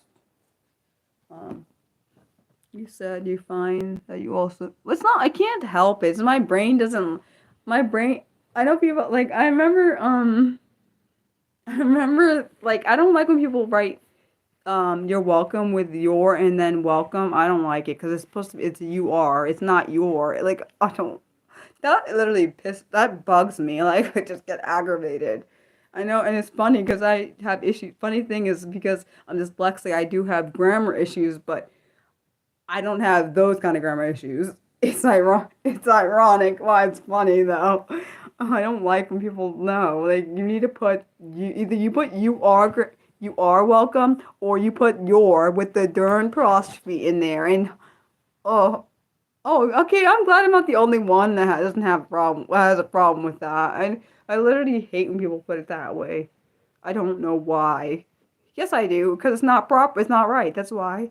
My sisters say I write like a robot when it comes in text messages because I write so properly. It's like a robot did it. It's not my fault though. Oh my! Don't do that, please. Oh, don't do that, please. Don't. Oh. I've never had that one, thank God, because I can't. People like I remember this one time I was showing my ex this. I was like I was telling him I don't like how you write this. And I didn't feel bad about doing it because I don't understand, and I asked him why don't you write it like this, and I guess he said because because he's not the only one that I've ever seen write like that, and I don't quite understand. Like, why don't you write it like this? This is the way you write it. I'm not even being a grammar police or what. It probably am being a grammar police, but I don't care. But the thing is, he also knows I'm autistic, so I can't like. It's one of the things in my trait. It's one of our traits. We can spot things that are um that other people don't spot. Like I remember this one presentation one of my coworkers was giving, and I could spot. I literally probably was the only one in the whole thing probably spotted that the thing was wrong. And I was thinking, I can't even tell them it's wrong because gonna embarrass them when they're presenting. And I'm like, dang it, how am I supposed to tell them they wrote it wrong when it comes to like I love my mom. My mom is honestly she's one of the reasons she's always been that's funny, but that's funny. I don't know. It's part of I'm pretty sure it's an autistic trait. I see a lot more detail than the bigger picture. I know that's autistic trait. Uh it's even in this document for my college testing. It says that she sees the details, but she doesn't see the bigger picture, the whole thing. Um it's part of it. Um but what's I gonna say? Oh yes. Most people are not like me. They don't. So people that get me. People that don't get me don't really get me. And I don't really feel bad about the people that don't get me because I'm not gonna try to change myself to be fit into a little box. I think oftentimes people try to fit into a box that is never meant to be fit, never meant to fit in, and then they're like, "Why is everyone else acting differently?" Because I'm not acting this way. Like I do often think people expect me to be a certain way, and then when I'm not like that way, they're like, why? In their head, they're probably like, why is she not like that? Um, yeah. So I don't really know what to tell them. I just know how to be Mariah. Mariah is a whole lot of different things. I'm impulsive. I am organized but disorganized, which is why I call myself a beautiful chaos, which is what one of my poems is about. It's about my autistic side mixed with my ADHD or side, and they go together. And they don't. Let's be honest, they don't really mesh together. But um, yeah, always you're always less detailed, more bigger picture. I've never really been bigger picture. I don't like when one thing I hate, always hated in school and still hate to this day that people do is give you like sometimes they'll try to trick you into believing it's one answer when it's actually another one. That's very misleading for that's take a lot for people that are like me. Like I like straight up answers. I hate inferences. That crap is garbage. Like you're gonna tell me I don't like inferences at all. I literally hated that in school. I literally hate, and I still don't like it now. I don't like when I have to infer what's happening. Like just tell me what the frick's happening and not do all this stupid go around the bout way. Because let's be honest, in real life, where the heck do you even use inferences? I don't even know where you even use that. Maybe in writing, but like as an author or something. But I don't see people using inferences in real life. Like what? So why did I have to learn it? Like they made a big. I know they make big deals about like learning stupid things that I like most people are not gonna always grasp. Like so I hate trick questions too. You said trick question. I don't like trick questions. I hate them. I don't like reading between the lines because I don't have that ability. I don't like things that I'm not gonna get and people know I'm not gonna get them but they say them anyways. Like people joking on something and I'm supposed to get it, but you said a joke in a way that I take literally. So what the heck do you expect me to know to do? Like, like I even in my house, like when people say jokes, I don't know why you expect me to understand that, but I don't really know. It's to me, it's sad that people have to tell me they're joking. Like, and even in this chat, someone said, "Oh, I'm joking." Like, I didn't know they were joking, and I thought them literally. So, like, that's the one thing I think people don't understand. People don't understand. I do wish people would understand the neurodivergent side more because I feel like the society is based on neurotypicals, which is very displeasing to me and other people out here because I always have to adapt to them and they never have to adapt to me, which is very upsetting. I feel like this world is like 95%, if I'm being honest, it's 95% like neurotypical based, and like maybe even, actually I would say less than 5, I'm sorry. Maybe 97% neurotypical based and like 3% neurodivergent, which means basically we're afterthought. And so how am I supposed to fit in that situation is why most, it's literally probably why most of us have to adapt to figure out what the hell is going on here and mask a whole lot, because when we aren't masking, we are disliked and disrespected and overanalyzed and told we're not allowed to do this, we're not allowed to do that. So honestly, I'm not trying to be mean, but I understand why me and a lot of other people under like mask a lot, like we emotionally mask because we don't feel like, oh, what we're doing is good enough, oh, it's unacceptable, oh, we got to morph to society's wants and needs. And then on top of that, some of people's family members are similar to society, so you literally don't get a dang escape. So when you come online, that's the only way you get is an escape, which is really, really sad when I think about it. Like, why can't people just be themselves? Like, the same way you get to be yourself, why can't other people be themselves? I never understood that. So I gotta fit in a box because you don't like to accept, you think it's not acceptable. But when people tell you to fit in a box, you're like, screw that, I don't gotta do that. Like, so it's basically a double standard. Oh, hi, Colin. Colin, my bad. I've had a lot of things misinterpreted. Mariah, you don't know what you're talking about. Oh, Mariah, you're rude. Like, all like throughout my whole life, because I'm autistic and I typically say what I mean, but then people always think, oh, there's a motive behind what she's saying. Like, oh, she must not mean what she's saying, which doesn't make any sense. If I say something, you don't think I mean what I say?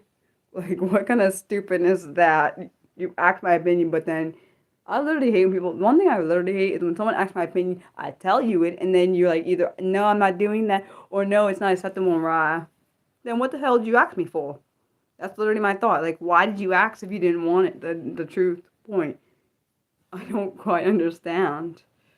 Like, I've learned now as a 33-year-old on, well, I guess 32 I learned it. It's okay to be Mariah. Like, I didn't always understand it's okay to be myself, because a lot of the time, particularly in school, I know for a fact in school I stopped when I was should have been allowed to be myself. I never got to because the bullying started, and because of that, I was like, Mariah, you're not safe here. You're not safe. So you have to emotionally mask. You can't be yourself, because every time yourself, this is what happens. Every single time you something happens. Like, then I would take that feeling into my house and not feel safe around my family, because I'm like, if they're like this at school, then what's the difference between them and my family? They're all human beings, which means they have tendencies to judge people.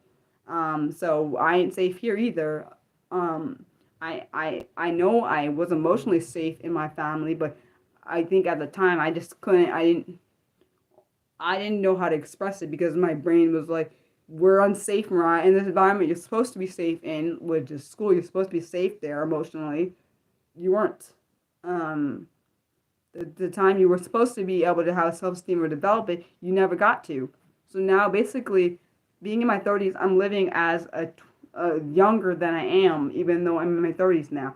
I'm living with the person I'm becoming the person I was supposed to be at my age, at the age I was supposed to be at. Like, for example, I'm now at 33, I am like at the age of like maybe 20, maybe even younger than that, because I didn't get to adapt. I never got to be myself. So now I'm allowing myself to be myself, and it helps people, but it turns other people off, which I don't really care if it turns other people off, because I'm allowed to be myself, just like they're allowed to be themselves. But it's freeing, a lot more freeing for me, which has allowed me to be able to create different things like art. More of my art is more concise and that better. Same with my poems. I'm able to express myself better, because I allowed myself to, Mariah, you don't have to live in the brokenness no more. Like, I allowed myself to do that, and it caused a lot of different things I never thought would happen, like being able to even do these live streams. I didn't think I'd ever be able to do it, because I didn't think, oh, Mariah's being herself would not be acceptable in here. That's literally what I thought. Um, you said you can't imagine what it must have been like to have to be something you're not.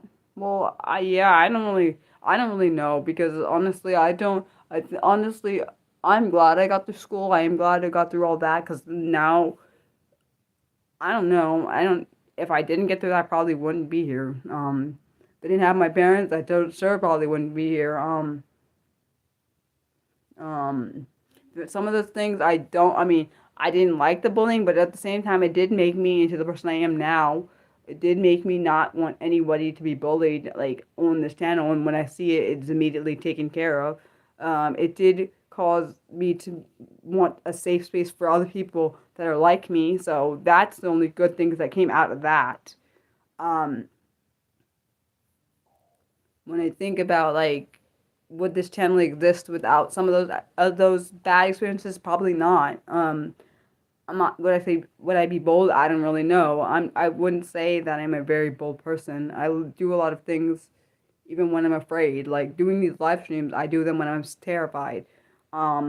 Doing the content I do it when I'm anxious. I'm always anxious all the time. Like my life experiences, bad and good, make up who I am. Like the wounds and emotional scars I have make up who I am, even though I wish they didn't occur. But then I think if I didn't have some of them, I don't know. Would I take things for granted? I wonder. I don't. I'm not certain. I don't know. But I do know I don't ever want anyone to feel like they're nothing, because that's what I felt like for a long time of my life. Like I don't want anyone to feel like they don't deserve their life, because every single human being on this planet deserves their life. Just for anyone that needs to hear that. Because I know when I was a teenager, particularly when I was 14, I didn't think I deserved my life. I didn't think that it was worth anything. I thought it was worthless. Um, I don't think that now, of course, but I went through a lot of things. I went through, I think I've grown a lot since that time. Do I have moments where I go back and revert to that girl? Yeah, sometimes I do. But it's because the wound is sometimes it comes fresh at times, moments. I do notice it. Um, do I regret what happened? Not really. Do I regret the pain it caused? I hate the pain it caused, yes, and I hate that it caused suicidal stuff to happen. Yeah, I do hate that. Um, but would I wish it on my worst enemy? Heck no, I wouldn't wish that on my worst enemy. I don't want anyone to feel like they're worthless. I don't want anyone to feel as if their life they deserve any kind of cruelty to be said to them to the point where they consider taking their life. Because I know exactly what that feels like. I know what it's like to. I know what it's like to feel that emotional pain to the point where you attempt it. I know because I've done it multiple times. I'm not promoting suicide, but I do understand that it gets to a point where you just had enough and you like want to stop, and the only way you can think it could stop is that method. I do understand that. I do. I know people look at me and like, what did you actually go through? Like, what did you go through? And like, because they look at me and they probably think, oh, she looks all put together and fine and whatever. I don't have scars. Yeah, they maybe not be physical, um, but a lot more. In my opinion, people have probably have way more scars than people imagine, because most of the scars are invisible and you can't see them. Like there's traumas that you cannot see, or there's things people are going through that they cannot admit because they're too deep in the wound. I can understand that. I'm not trying to tell people they have to admit things. I'm just saying that this is just part of my story, and the point is your story is doesn't have to define your whole life. I know that sounds horrible to say for some people that are going through things. I'm not trying to negate that you're going through them and say, oh, that your story is that your what your experiences are invalid. I am not saying that at all. I'm saying the story that you go through, your life experiences make up who you are, but also even the bad experiences can shape certain parts of your life. It can make you either stronger. It can make you. It can also it can harm your life a little bit for a while. Like, you can sit in it because let's be honest, for myself, I sat in it for decades, which, well, I guess almost 2 decades of time, and it was a lot um, to deal with. Even though the wounds should have not, people probably was like, "Why'd you sit in it that long?" Because I couldn't, I didn't see a way out until I allowed myself to be myself. Because there's wounding on my appearance, which is why I don't like when people comment on it. There are wounds on my mannerisms. There's wounds on just Mariah. There's emotional wounds all over my character, like wounds all over it. So like each of those wounds have like leaks, and the thing is, if you don't take care of them, they're gonna fester into a point where you may not even recognize yourself. And there was a point where I didn't always recognize myself because of the wounds. I let them take over, which was not healthy for me. Um, like I thought that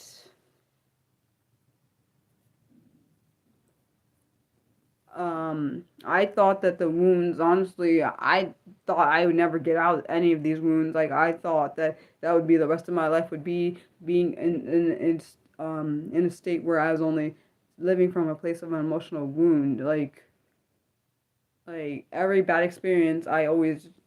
Funny thing is, I think honestly, before the age of 8, I probably more of an optimist than a pessimist. I think my pessimism started after the wounds started coming, the emotional wounds came on. Um, I suspect, because the reason I suspect it is because I still have parts where I can think optimistically, like, but not as often. Because I think because I have a soft heart, I do mask a lot. I do know I mask to protect it because I've had a lot of people harm it. Not even just with actually no, it's with broken promises it's been harmed, with emotional wounds been harmed, people saying one thing but meaning another. There's a lot of harm in that causes my heart. That's another reason why I hide that soft side behind the tough side. I do hide it behind there often because I don't know who to trust, and I've trusted the wrong people, and then they screwed me in the end, which is very sickening to me. I've had people expect that expect me to be a perfect version of myself and basically to do whatever they want, and I'm not allowed to have my voice, which is bullcrap, by the way, for anyone that thinks that. And first off, for anyone that needs to hear this, I don't know who it is. Um, I hope that you know that your voice matters just as much as anyone else's, because that's absolutely disgusting to me. People think that's okay to take someone else's voice away just because you can, which is very absolutely sickening, and you should just go somewhere else and stop bothering people that actually have kind hearts. That's what I say. You said for you, you're much happier in the younger days. You chasing. Yeah, I do hope to recover some of my past, because I literally don't remember I do not remember anything before my emotional wounds. I don't have any recollection. I see pictures of myself, but then I don't realize that I do know that's myself because I know what I look like as a baby, based on pictures I've seen. But I don't recognize that child because the child that I see on those pictures looks like a complete different person to how I am. I suspect that I suspect that I do suspect my brain protecting those memories from being harmed, because everything after 8 is harm, emotional harm all over the thing, all over it. To this day, I have some emotional wounds which I should not have, but at the same time, they make me me. I think it shows the fighter in myself. Like, I had to fight to get to this place. Like, I didn't ever thought I'd be a place where I'd be able to talk about my wounds and not cry about it or talk about them and people understand and relate. And I never thought that people would be like, okay, Mariah, I understand what you mean. Yeah, I think the mind is I do think my mind is blocking them because I don't think they want them to be tainted. I do hope that I do see sprinkles of what I believe the little girl version of myself was like. I do see sprinkles of that when I interact with people that I really care about. I notice it, like I see the happy little girl, but it's not as often as I would like to see her.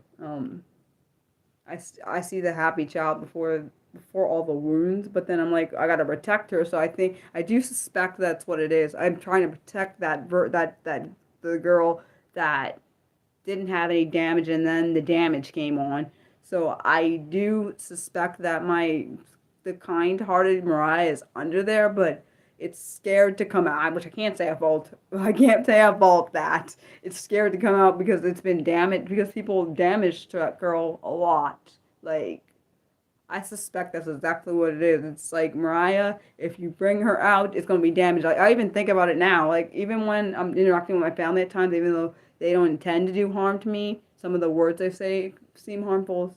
Some of the stuff I say is harmful, but I suspect I do see it sometimes when I'm talking, engaging with my family members. I see the girl that's trying to come out, and then I like Mariah, pull it back, pull. I tell myself to do not bring that out, like I mean, when I feel like when I feel emotionally safe, I'll bring her out. But when I don't feel emotional, I will shut it all the way down. No, that's exactly what I will do. Um, I do know that my parents said when I was little, like before the age of 8, I was really happy, a happy child. Um, and I know the wounding of 8, it literally that literally destroyed that literally destroyed my attitude. My mom said my attitude shifted right after that summer, because I was the summer at I think it was the first summer I went to my grandmother's house, and that whole thing just that was ruined. She literally, I know she didn't do it. Maybe she did intentionally. Maybe she did. I don't know. But the wound was created, and it literally wrecked my whole life. It made me not have. I already didn't have self-esteem yet. Um, I had a lot of self-doubt, self.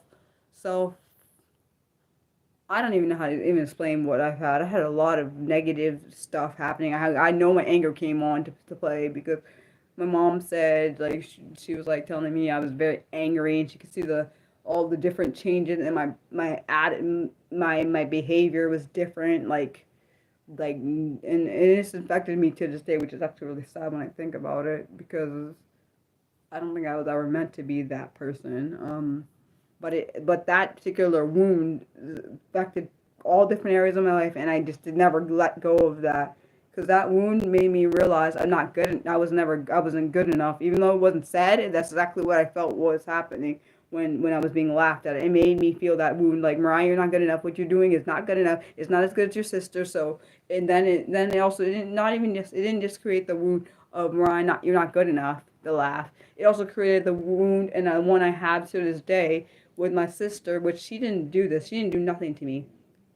I have a wound that my sister is better than me, so and I think this because she wasn't laughed at and I was, even though it was literally not her fault. She didn't do anything, but because she was there in the moment, I think I attached that thought to her. I don't really know how to unattach it. I don't, because it's been attached to her for so between me and her relationship for so long, so it caused me to have so much anger towards her, even though she did nothing to me. And now, how did I just realize something when I didn't even um yeah, I have a really bad. I really had a really bad experience with her. My grandmother. Yeah, I don't speak ill. I'm trying. I'm trying hard not to speak ill of my grandmother. She's no longer here. But that wound, like even my sister knew it was a wound that was there because she was there when it happened. She knew that reading the Bible is really hard for me now because I attached that trauma to the Bible because that's what we were reading at the time. Bible is, let's be honest, the Bible doesn't have the easiest words in it, and it also affected my relationship with God, which is very sad when I think about it. It does make me think sometimes like I'm not good enough to approach God because I can't read things in the way most people can read them. Even though, of course, I was a child when this happened, but even my mom was like, "It's interesting." She was saying, "Talk." Well, she told her mom, what you did with her. I don't know all the words because I wasn't around. I just know I was upset. And I told my mom, and that was her mom. And she said something to her, and I love how she's just very. One thing I love about both of my parents, how protective they are of me, and they don't want any harm to come my way because my mom and my dad knew. They've always known that I struggle with reading my whole entire life. Um, and I don't say that to make it seem like I can't read. It's not that I can't. It's the fluency is not always there, and it's not my fault. I've worked on it for my whole life, and particularly I learned to read on Hooks on Phonics. I don't know if they're still around, but it was back when I was a kid. My mom had the tapes and the books, and that's how I learned to read. So reading the Bible is already, let's be honest, it doesn't always have the easiest words to learn. So when I am blessed, I didn't always see it that way. I didn't always feel like I was blessed. I love my parents, both my parents and my two sisters. I didn't honestly. I don't know if I would have made it in my life if I didn't have them, because some families don't actually care about their kids, especially if they have disabilities. My parents. I will say my mom is the reason. My mom is one of the reasons why. I love her to death. It's the reason why I am able to advocate for myself and others, and I'm trying really hard not to cry because thinking about that makes me happy. But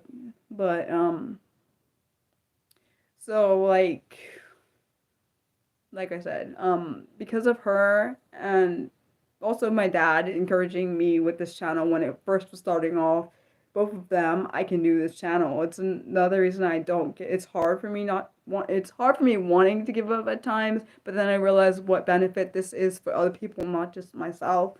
Like I never thought it'd be this big impact on people, but it is, and I try my best to be honest and authentic, but I don't really know if probably people think I'm fake, but I don't really care about that. I do care about someone, even if they don't even know me. I care about them having the best experience they could have in a safe space that they can be in. Like that's the reason for this channel. Like it's supposed to be a safe space for me and others. Like if there's something you need to talk about, like if it's something related to disability, something you feel like you need to tell me, even if it's heavy. I know people always, some streamers are like, don't put heavy stuff on me. Like, if this is your form of therapy or whatever, form of something where you need to get off and you can't say it nowhere else, it's okay to say it here. Like, because I know what it's like to feel like you're not allowed to be yourself and you're not allowed to be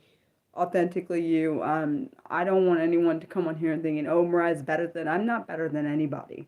I'm not. All I am is Mariah, and I don't really know how else to be anybody else but her. Like, I used to want to be my sister. I'm glad I'm not her. And nothing against my sister for saying that. I used to want to be her because I used to think, oh, I actually sometimes think it now, that she's better than me. Neither of my sisters ever told me that they think they're better than me. But I've always viewed it that way because of what the experiences I've had growing up next to them.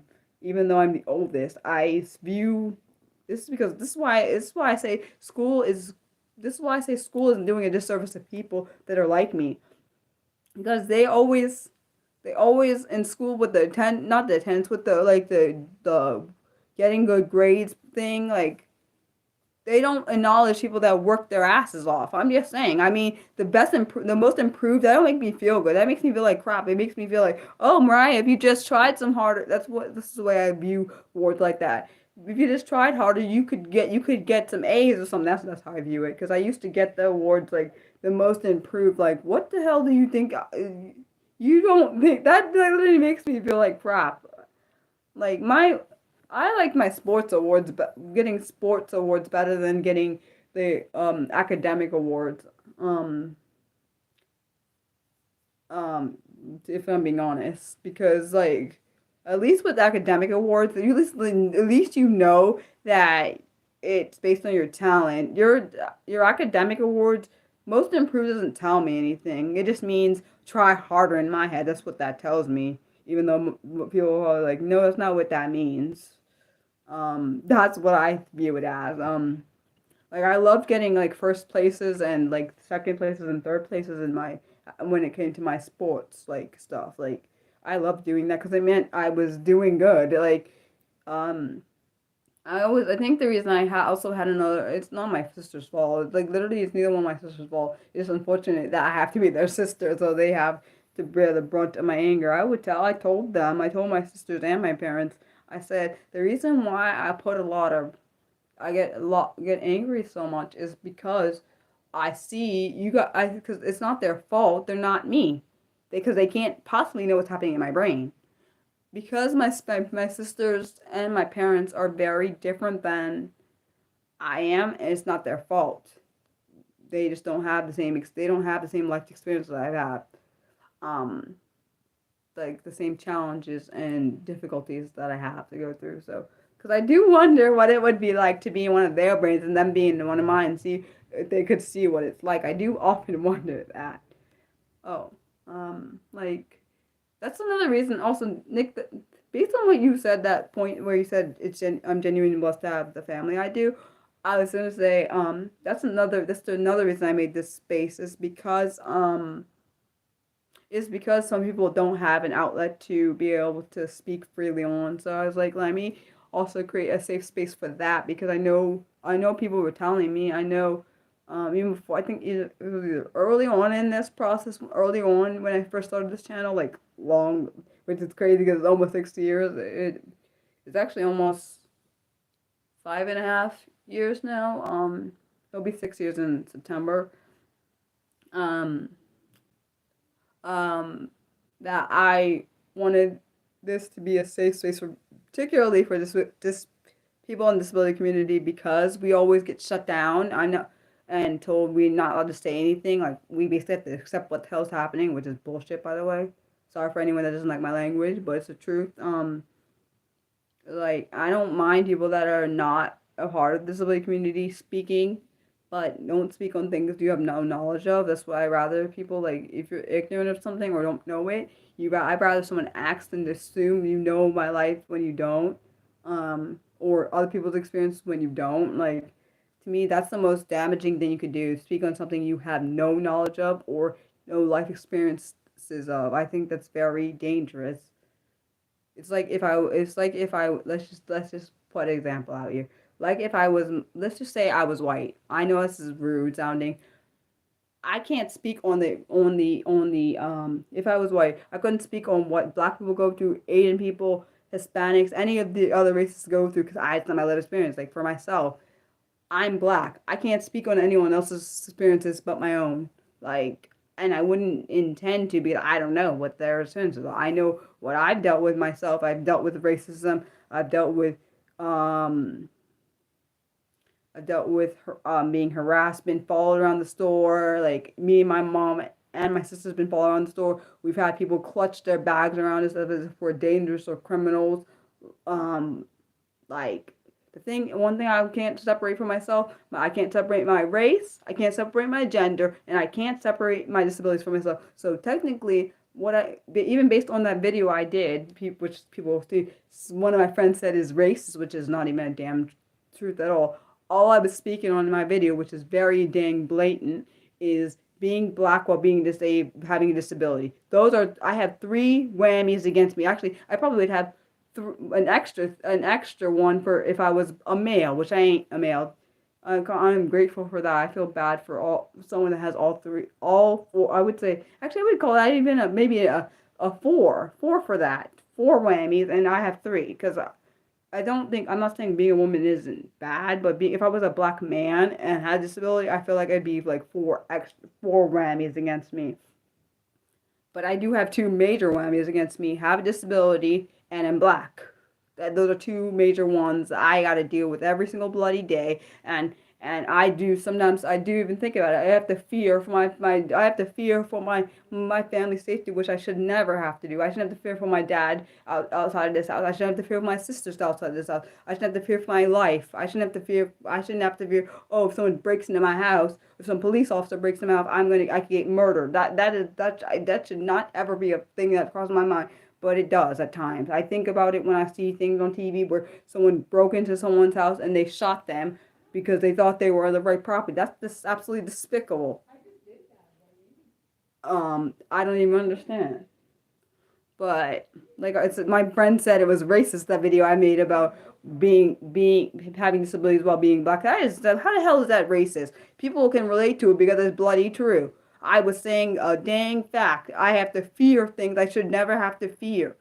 I have three whammies against me, and I said that in the video. I said I have three whammies against me. I'm black, I'm female, and I'm basically all the groups that all three of those groups are minority.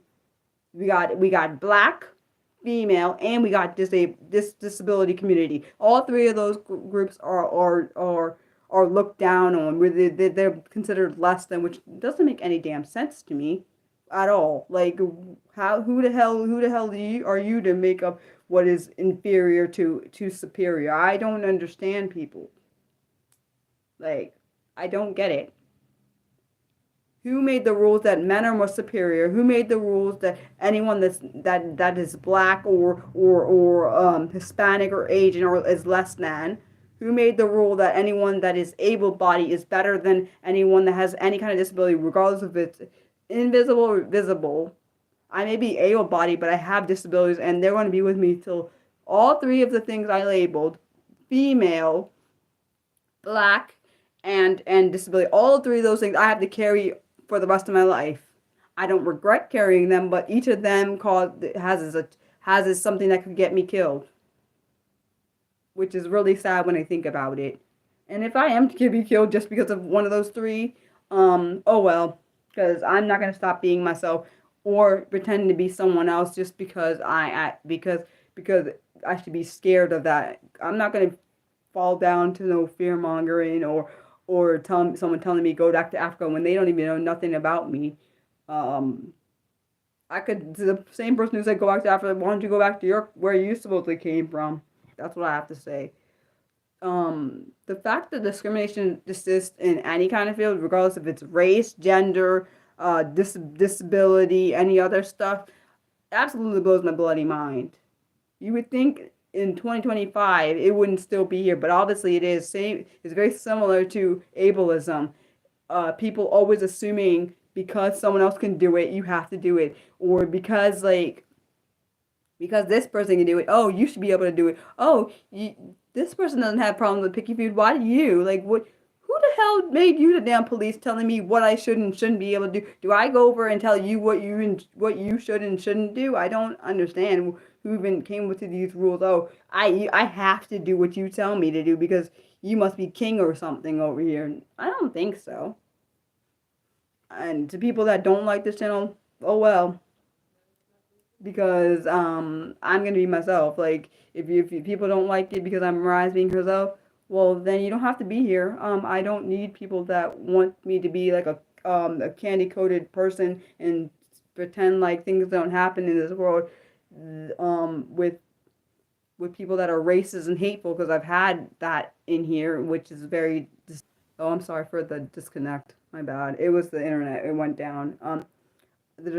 I'm very direct. For people that don't know me, I'm a direct person and very authentic. And people don't have to like it. I'm not gonna shirk my back because it may be hurtful to you, even though I'm not intending to hurt you.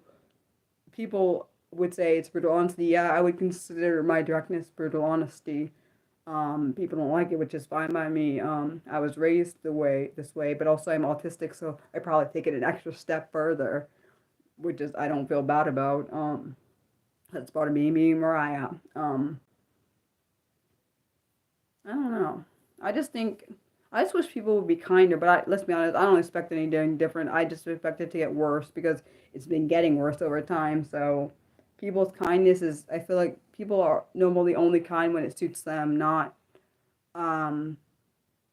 people are normally kind when it suits them or what it can be used to benefit them. I do often realize that people say they're going to do something, then they don't do it because, oh, I've had people do it. Like people saying, oh, I'm going to be there for you. Well, where are you now? Like, you're literally not there. So don't tell me you're going to be there. And then shirk on your responsibilities, then come back and say, oh, Mariah, I meant to be there, blah, blah, blah. You didn't mean, like I said in my one inspiring thought, people make time for what's most important. To me, if you keep shirking your responsibilities when you tell me you're going to do something, it means I'm not important to you, which is fine. I don't have to be important to you. I don't need to be in a space where someone says something. Literally, if your actions don't match your words, why would I want to deal with you? I don't want to deal with anyone that their words don't match their actions, because it tells me you can't be trusted. Um, that's what it tells me. You said you'll take brutal honesty over fakeness. I agree. I mean falseness. I take brutal honesty over fakeness and falseness for myself. That's what I would say. I'm adding on to your comment. These days, people don't want to do things without expecting. Yeah, I've had people try to use me to, like, oh, we can partner on your channel. I don't think so. You had nothing to do with my channel in the first place. You're not just gonna come on here and reap the benefits of all the hard work I did just because, oh, you see that the channel's doing successful. Oh, no, thank you. No, you ain't not. No, you're not about to come over here and do that. I don't know who you thought you were talking to. I think people think because I have a soft and soft spoken, have somewhat of a sweet looking face, that you're just gonna do whatever the hell you want on my stuff. No, you're not. Especially when I don't know anything about you. Like, somebody that I don't even know is trying to come over here and say they're gonna come. No, you're not. You don't know me. I don't know you. I don't know nothing about how you run things. You might not be respectful of people. Why would I take the chance? I remember the one guy I told some people about on this channel, who was like, because I was single and he was single, he was like thinking he could date me, and he was offensive, and he was swearing at me because he couldn't date me or whatever. He was like, oh, we should do this channel together. I said, I know. And that was way before the disrespect. And I'm glad I said no, because that means he could have done anything to this channel and destroyed it. And I would have been really upset. You said, yeah, I've had people guilt trip and manipulate because of that stuff. Like, this one person, like, came out of nowhere. He'd been gone, like, missing. Well, I hadn't talked to him for months and months and months, and all of a sudden he was like, I have this new project I want to do. Do you want to, we can do it on your channel. I'm like, no. I don't know nothing about your project. I don't know anything about it, so I don't think so. And then I haven't heard from him since, and I don't really feel bad about it, because, like, I control what I want on the channel and what I don't. And I'm the one that controls, like, how safe this channel is or not. And I'd really rather be safe than put something on here that I don't know what it is, and it can be completely harmful to people on here and traumatize them without me realizing what it is, because I gave person access to something that gave person access to this channel that should have never been on it. So honestly, I like that these live streams are a lot more intimate than, like, the other ones, because I'd rather people be on the channel for the right reason. One thing I would rather is yeah, I know I have to be more careful, especially with that thing that happened, what, about 2 months ago, with that milk eater person who blocked you and other people. I gotta be very careful. And I am very, that's why I try to read, that's why I make sure I read up all the comments, even though I know it takes me a while. I read over comments because I want to make sure that it keeps this channel safe, like, and people that put, like, this one stupid person who was ignorant as hell. It was one of the it was a comment, based on the statistic about, like, how much disabled people earn based on how much, I think the statistic was for every 66 cents a person with a disability earns, a person that doesn't have a disability earns $1. This dumb person put on here, something about dead people and employment, and I'm thinking, I'm removing that. What does that have to do with anything that relates to my channel? Because I do sometimes suspect that some of these people put some of these comments on here to get a rise, and it normally doesn't work. Sometimes these evil comments are put to my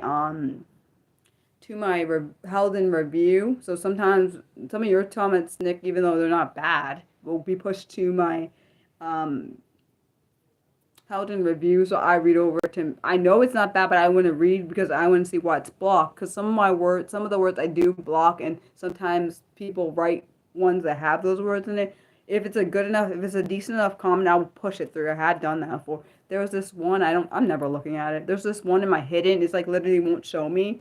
And they said under it, it says it's hidden because it has some offensive language in it, which means, Mariah, do not look at, because I've looked at ones that said that before and it was so offensive, it triggered stuff. So it shows, I think it means I'm probably not supposed to look at it, I think. That's what it means. So yeah, I'm not going to look at that. Any questions, guys? I realize I've been ranting for a while. My bad. But I think it was important stuff to say, some of it. Yeah, the trolls are getting worse, which I don't know how I feel. I feel kind of worried, because, like, I feel like I'm scared because as this channel grows, it's gonna get worse. I don't know how I feel. Oh, did you see, Nick, that Only Murders in the Building, did you see that Only Murders in the Building, got their first, SAG award? Yeah, I block certain words. There's a lot of words I block, so it will push, if it's a block row, it'll push it right immediately to my, how to review, comment thing, and I'll read it over. I like it, it's fine. I've even blocked some emojis because people put some nasty ass emojis in my thing, and I'm not dealing with that. No, it said Only Murders in the Building. It's a show, that I watch on Hulu. Oh, Nick, yay, baby, yes! Sorry, I got excited. Yes, you're at season. See, I told you that show is good. Yeah, I saw on You said what is it? It's a like a show based on a podcast. Here, I'll show you a picture of what the show I'm talking about is. Jerome, 1 second. Okay, one moment, not exactly a second. Oh, hi, Mercury. How are you? Let's see. See if I can. Wait, this is not a good picture. Let me see if I can find a better one because I was lame. I don't like that. Why didn't I not do what I want? Darn you. Hold on. I hope they don't use. I need them to keep it on Hulu and stop playing with me. I want to watch this new. Oh, I'm glad you're good. Let's see if I can find an actual picture. Let's see. How do I explain what the series is about? Anyone else can explain the series is about better than I can. It's a really good show. It's basically based on, they have like a lot of true crime in the show. So each season there is a new person that gets murdered. Man, I'm really looking forward to season 5. But I'm kind of sad because one of the characters I really like got murdered. But let's be honest, there's a few characters on the show I like that got murdered, and I was upset. Basically each season they have someone get killed, and they basically go back and they show us all the stuff leading up to there, because we're trying to figure out, each episode we're trying to figure out who killed the person. And so like, man, that first season I was shocked because I did not expect it to be the person it was. The second season, I'm trying to think, did I expect it to be that person? I don't know. I feel like they had a little bit of different misleadings. I'm trying to figure out a picture that's good for this to show you. Sorry you're not feeling that good. At least my headache's getting better because I really had a really bad headache when I first started on here, because I had a headache since maybe Saturday or maybe Friday. Trying to see if I can find a darn picture of the darn show so I can show you, Jerome, because you asked me what I'm talking about. It's just a really good show. I recommended it to Nick and he watched it. Me and Mildred already seen up to the current season. We didn't watch it together, but I watched it and I was like, dude, this is a good show. I like true crime, so for people that don't like true crime or mystery, probably wouldn't care to watch this. Like, it's supposed to be like, they have their own podcast on the show, and so the funny thing is, the first episode, they were all listening to the same podcast, and there was like some kind of thing that went off in their building, something that, well, good, then I don't have to tell you. It's not based on true, real, murder mysteries, but at least not that I'm aware of. Okay, I won't tell you anymore. Nick didn't mind me my spoilers, so I didn't tell. So okay, but since you say you don't want no spoilers, just look up Selena Gomez and then click. It probably will tell you about like. Okay, go ahead. Thank you, Nick. You told him what it's about. So only murders in the building. You can also look up Selena Gomez or Marty Short. Wait, is his name Marty or Martin? Martin, yeah, Martin Short or Steve Martin, and you can find that is a really good. I've never seen. I don't know because I don't know what White Lotus is about, but I know I love Only Murders in the Building. That thing is I ain't never seen a show like that. It's really binge worthy. There's a few shows I've watched that have binge worthy. That's one of them. Pretty Little Liars is another. Lincoln Heights is one, but that's all of the both of the other two ones I just mentioned are both off air. Um, that is a really good. I love true crime, so it is really. See, I'm glad you like it. I'm so glad you like it, Nick, because not everyone is into true crime like I am. I that's one of my things. Watching this show, it's called My Evil Sister, but it's on YouTube. I think they have. I think it's on A&E or something. They have a YouTube channel, and I was watching on there. That thing is whoa. Some of them I already knew about because I've seen because I used to watch the show. Man, I really love that show. I'm not sorry. Me and my dad love true crime. Like it's. I think my sister and my mom think one day we're going to do something to them, which I'm not. I'm not. Neither one of us are going to. I just seem to enjoy true crime. That's because I want to make sure justice is served. This show, me and my dad used to watch before it went off air, which I literally was crying whenever I went off air. It's called Deadly Women. I'm still upset when I think about it. I'm so still upset. Like it's not even a joke. I'm serious. Like this is how I be getting when my shows go off air. Like shows I really like. I cried when Comics Y went off air. I cried when um Life Sentence went off air. I cried when all of the shows I really like went off air. I like literally cried. It was like devastating.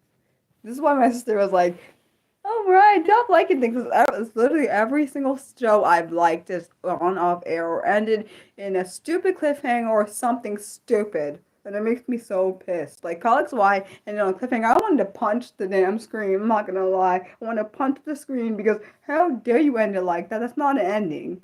Like how dare you? Same with Life Sentence. I was mad at that. Like how dare you end it like that? Like what kind of thing is that? Especially when series there was a show. There was a show. I didn't watch it. I watched SpongeBob when it first started, but then I stopped watching it. It was even though it was a good show. That means you're almost up to. I'm so proud of you. You're almost up to the current season because season 4 is the most current season. I'm curious to see. Tell Me Lies is really good, but don't watch it if you don't like sex scenes because there's a lot of sex scenes in that. International. Nick was telling me. I think internationally he said it was on. I think he said Disney Plus, and I know where I live in the U.S. It's on Hulu. Dude, that show is intense. I wanted to beat the hell out of some of the characters on this show. I'm not gonna lie, because it made me mad. Yeah, you told me Disney Plus internationally. I don't know if you don't. I don't know if anyone else lives internationally. That's why I said that. The show. Okay, also that this show that I watch. Well, I've watched a lot of shows. One of the shows I really like. It's called Reasonable Doubt. It's yeah, for people that are, I don't know anyone, I don't like the N word. It is used in there. I hate that word. I hate when they use it. Um, it's a really good show, minus the N word being used, and there is a lot of sexual stuff. So if you're under 18, I never advise you to watch it. So don't be saying, "Oh, Mariah told me." I did not say nothing. I did not say you should watch it if you're a minor. I did not say that. No, I didn't. Um, what else?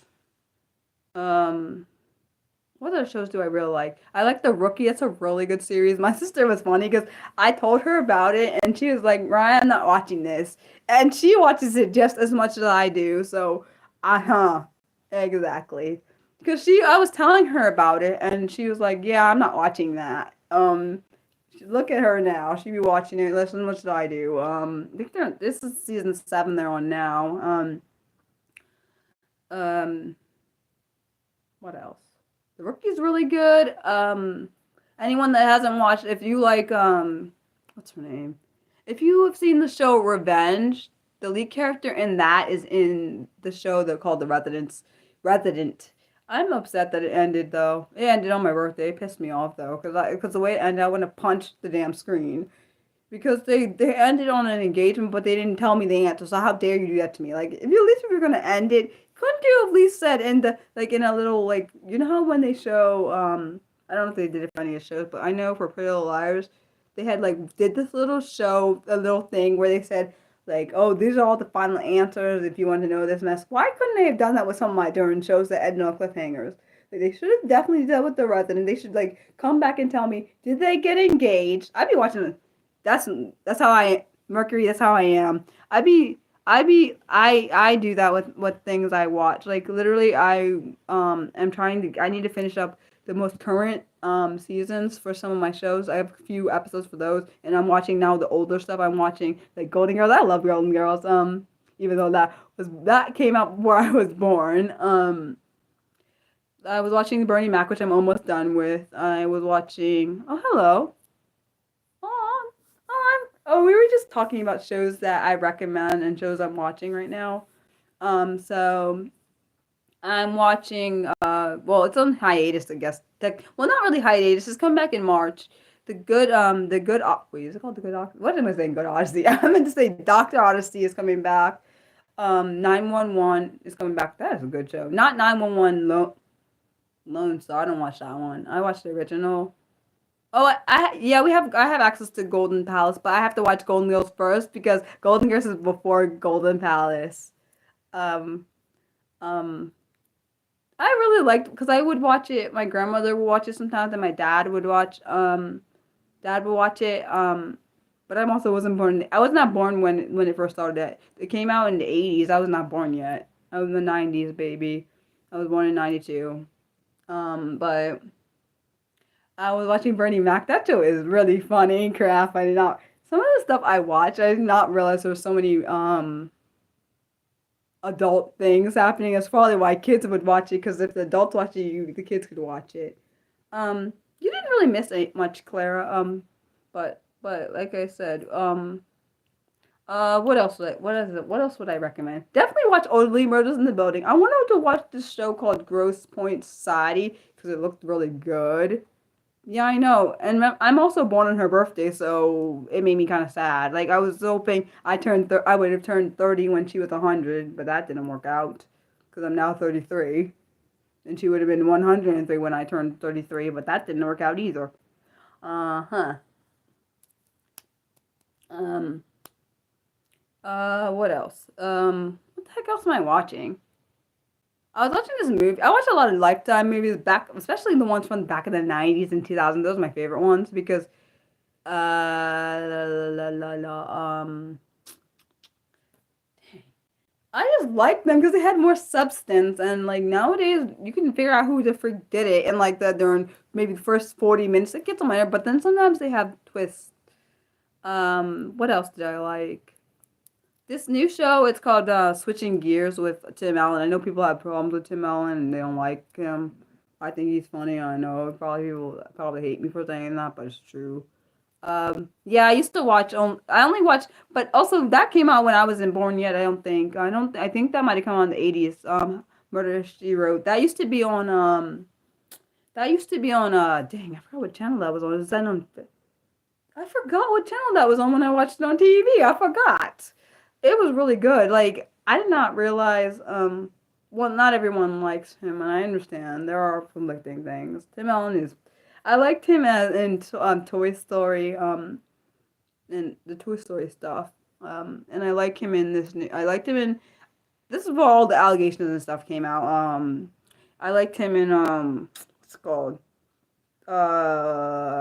What's the darn show? Crap, I know it. Back in the 90s, I think it was. What's that show? Home Improvement. There we go. I couldn't think. Home Improvement. That show. I liked him in that, and I like him in Switching Gears. Even though people are like, Mariah, you shouldn't like that, but okay. Boy Meets World was great. I love that. Oh my gosh, Wise with Knives. Is that what you said? Oh, I thought you said Wise with Knives. My bad. Boy Meets World was good. Girl Meets World was okay. I liked the brother of Ben Savage was in this movie. It was upsetting a little bit. Not his fault. It was the character. He was in this movie with Candace Cameron. I think her name is Bure. Can't say her last. I don't know how to say her last name. You guys know what I'm talking about. The movie it's called No One Would Tell. That movie makes me sad. Every single time I watch it, I get upset because it's based on a true story. This girl ended up getting murdered by her boyfriend because she broke up with him and he was abusive and crap. So characters are older than the actual two people that got the person who got murdered, but she did a really good job in that role. It actually made me that's why it made me upset because I could see someone actually. That just made me sad. Like, and then they remade it, but I thought the original was better. I'm sorry. Even though Shannon Doherty, I think so, her name. I hope I said it right. She was the mom in the remake of the movie. I'm not saying that the actors and actresses that played in the remake were bad. I just like the original better. It's just my preference. I feel like I just feel like it had a different. I don't know. I feel like it was not the same. But I think that's what any remake you make of anything. It doesn't. That's why I can't watch like the live action versions of certain movies. I can't do it. Like, actually, I don't think I've ever watched any live action. Actually, no. There's only literally. Actually, no. But it's not even a remake. There was only I think one live action movie I've ever rewatched was the one from Avatar. Um, why does she sound familiar? She was from Charmed. That's why. Shannon I can't say her name right now. You guys know what I'm talking about. She's the lady who played Prue. She ended up getting fired but it's messed up how she got fired though, because Melissa Milano basically got her fired off the show. I'm not gonna mince words. That's exactly what I heard other people say. It wasn't just the person who got fired. Yeah, it was sad that she got passed away. But I will say she is actually really good at acting. I've seen her in different things. She was in this movie. I'm not sure if it was from the 90s. I think it might have been from the 90s. Where she was playing this obsessed woman who wouldn't let go of this man and stuff. I forgot what the darn movie was called. It was actually kind of interesting. Let me see if I can find it. It's probably she was in a lot of movies back in the 90s. She was really, really good. I watched her in this movie where she was like a photographer, and there was also this another one where she was being like stalked by, it's really creepy, stalked by someone, and she is actually really good at those like she was very good at those very vulnerable roles. I really liked her in those movies I watched. I can't remember all the dang names. I watched more than one. I liked her in the roles where she played like the vulnerable character because she was really good at that. Let's see. Let me see if I can find that name of the movie I'm talking about. Shannon. Let me see. The movie was called. Not that. What the heck was the movie called? Not that, not that. Where is the movie? Let's see. Let's see if I can find it. Oh, it's okay. No worries. Just to let you know, Claire, my live streams on Mondays are always at 6 p.m. Eastern, and on Saturdays I do scripted live streams, which are on particular different disability topics. Just so you know. Oh, and thanks for stopping by, Clara. No problem. And you don't be sad. You can always watch this stream later. What was I gonna say? Where the heck is? Gee, I didn't realize she'd done so much. That's why I couldn't find the one I'm trying to look for. Let's see if I can find it. I don't know what the movie she was called. What it's called? I don't see it. Let's see. I didn't know she was in a lot of the. Jeez, I didn't know she was in so many things in here. She's in a lot of things. I don't know what that movie was called. Dang it. I don't know what that movie was called. Was it called, let me see, was it called Sleeping with the Devil? No, it's not that one. There's so many darn movies. I don't know which one it was, Nick. I have no idea. I was looking. I can't find it. She was like obsessed with the guy, and she wouldn't let him go, and I don't remember what. It might have been called The Rent. It could have been called The Rendering. Do not Do not say for, I can't say for a fact because I can't click on it. Yeah, I think maybe the rendering. Do not take me 100% because I'm not certain. I think Holly Marie Combs is good. I do like Alyssa Milano, but I wish she would have. I wish there was not. She didn't get Shannon fired. I do wish that didn't happen. Yeah. I might end this soon because I'm tired. It's not your guys' fault. Um, any other questions? And also anyone that is interested in art or wants to buy any of my art, the links to my Patreon and coffee are under my bio on my YouTube page. No pressure. I'm just telling you. I have different kinds of art that I made as an adult, art I made as a child, and a few pieces of art that I made as a teenager. No pressure. People that like it, buy it. You don't have to.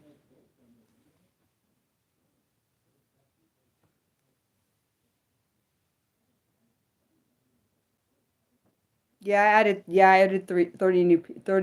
30 of my child, well, 30, I think it actually maybe like, probably maybe 27 of my childhood pieces. And yeah, the only reason I mentioned here is because it pushes the post gets pushed down as I put new posts up. Like, so the most recent one is the poll I was talking about for which article I should use for this week's for March 22nd's live stream. So that's why I mentioned it here. Yeah, I think it's like 27, maybe 27 childhood drawings and what was I gonna say? 27, I think maybe like 27, 25 childhood drawing and then a few teenage drawing. Thank you for, wait, what are you thanking me for, Mercury? I'm confused. Just like, I'm just trying to make sure. I really can't wait to put up the poll for the voting for like what topic we're gonna do for getting to 1300, which we're not there yet, but we're getting close. I have to get. I still want to get to 1280. 1280, and then I'll put that poll up. I was just asking what you think of me. No judgment. I was just asking because the reason I asked is because is it because of what I said or is it because of something else? I don't know.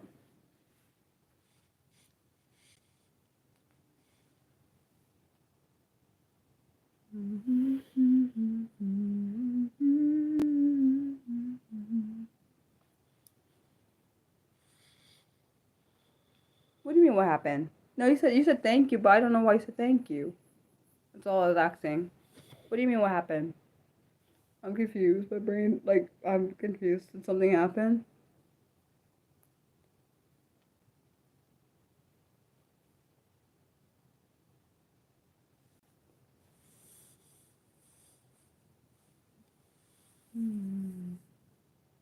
Oh, I didn't know you got kicked out the live. I'm sorry. I didn't kick anyone, just to be clear. Um,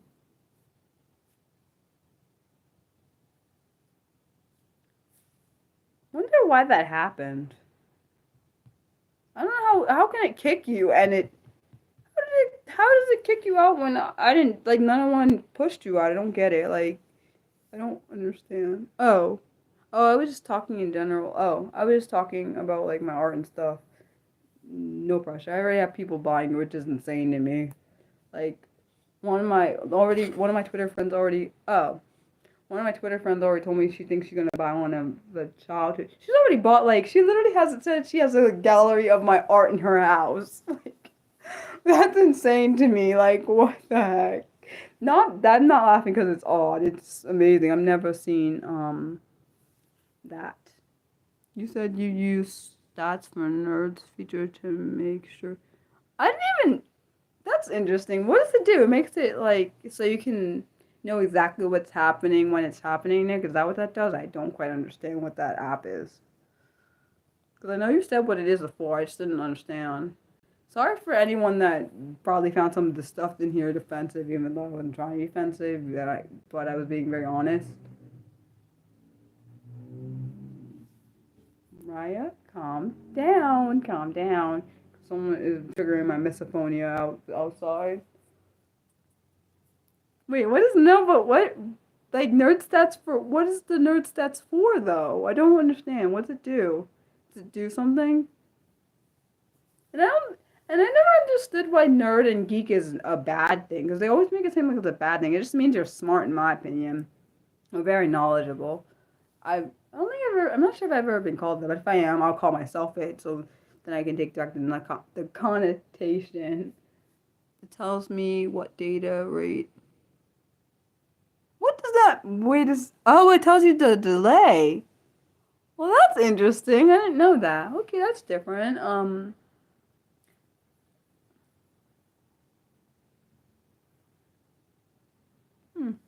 Okay.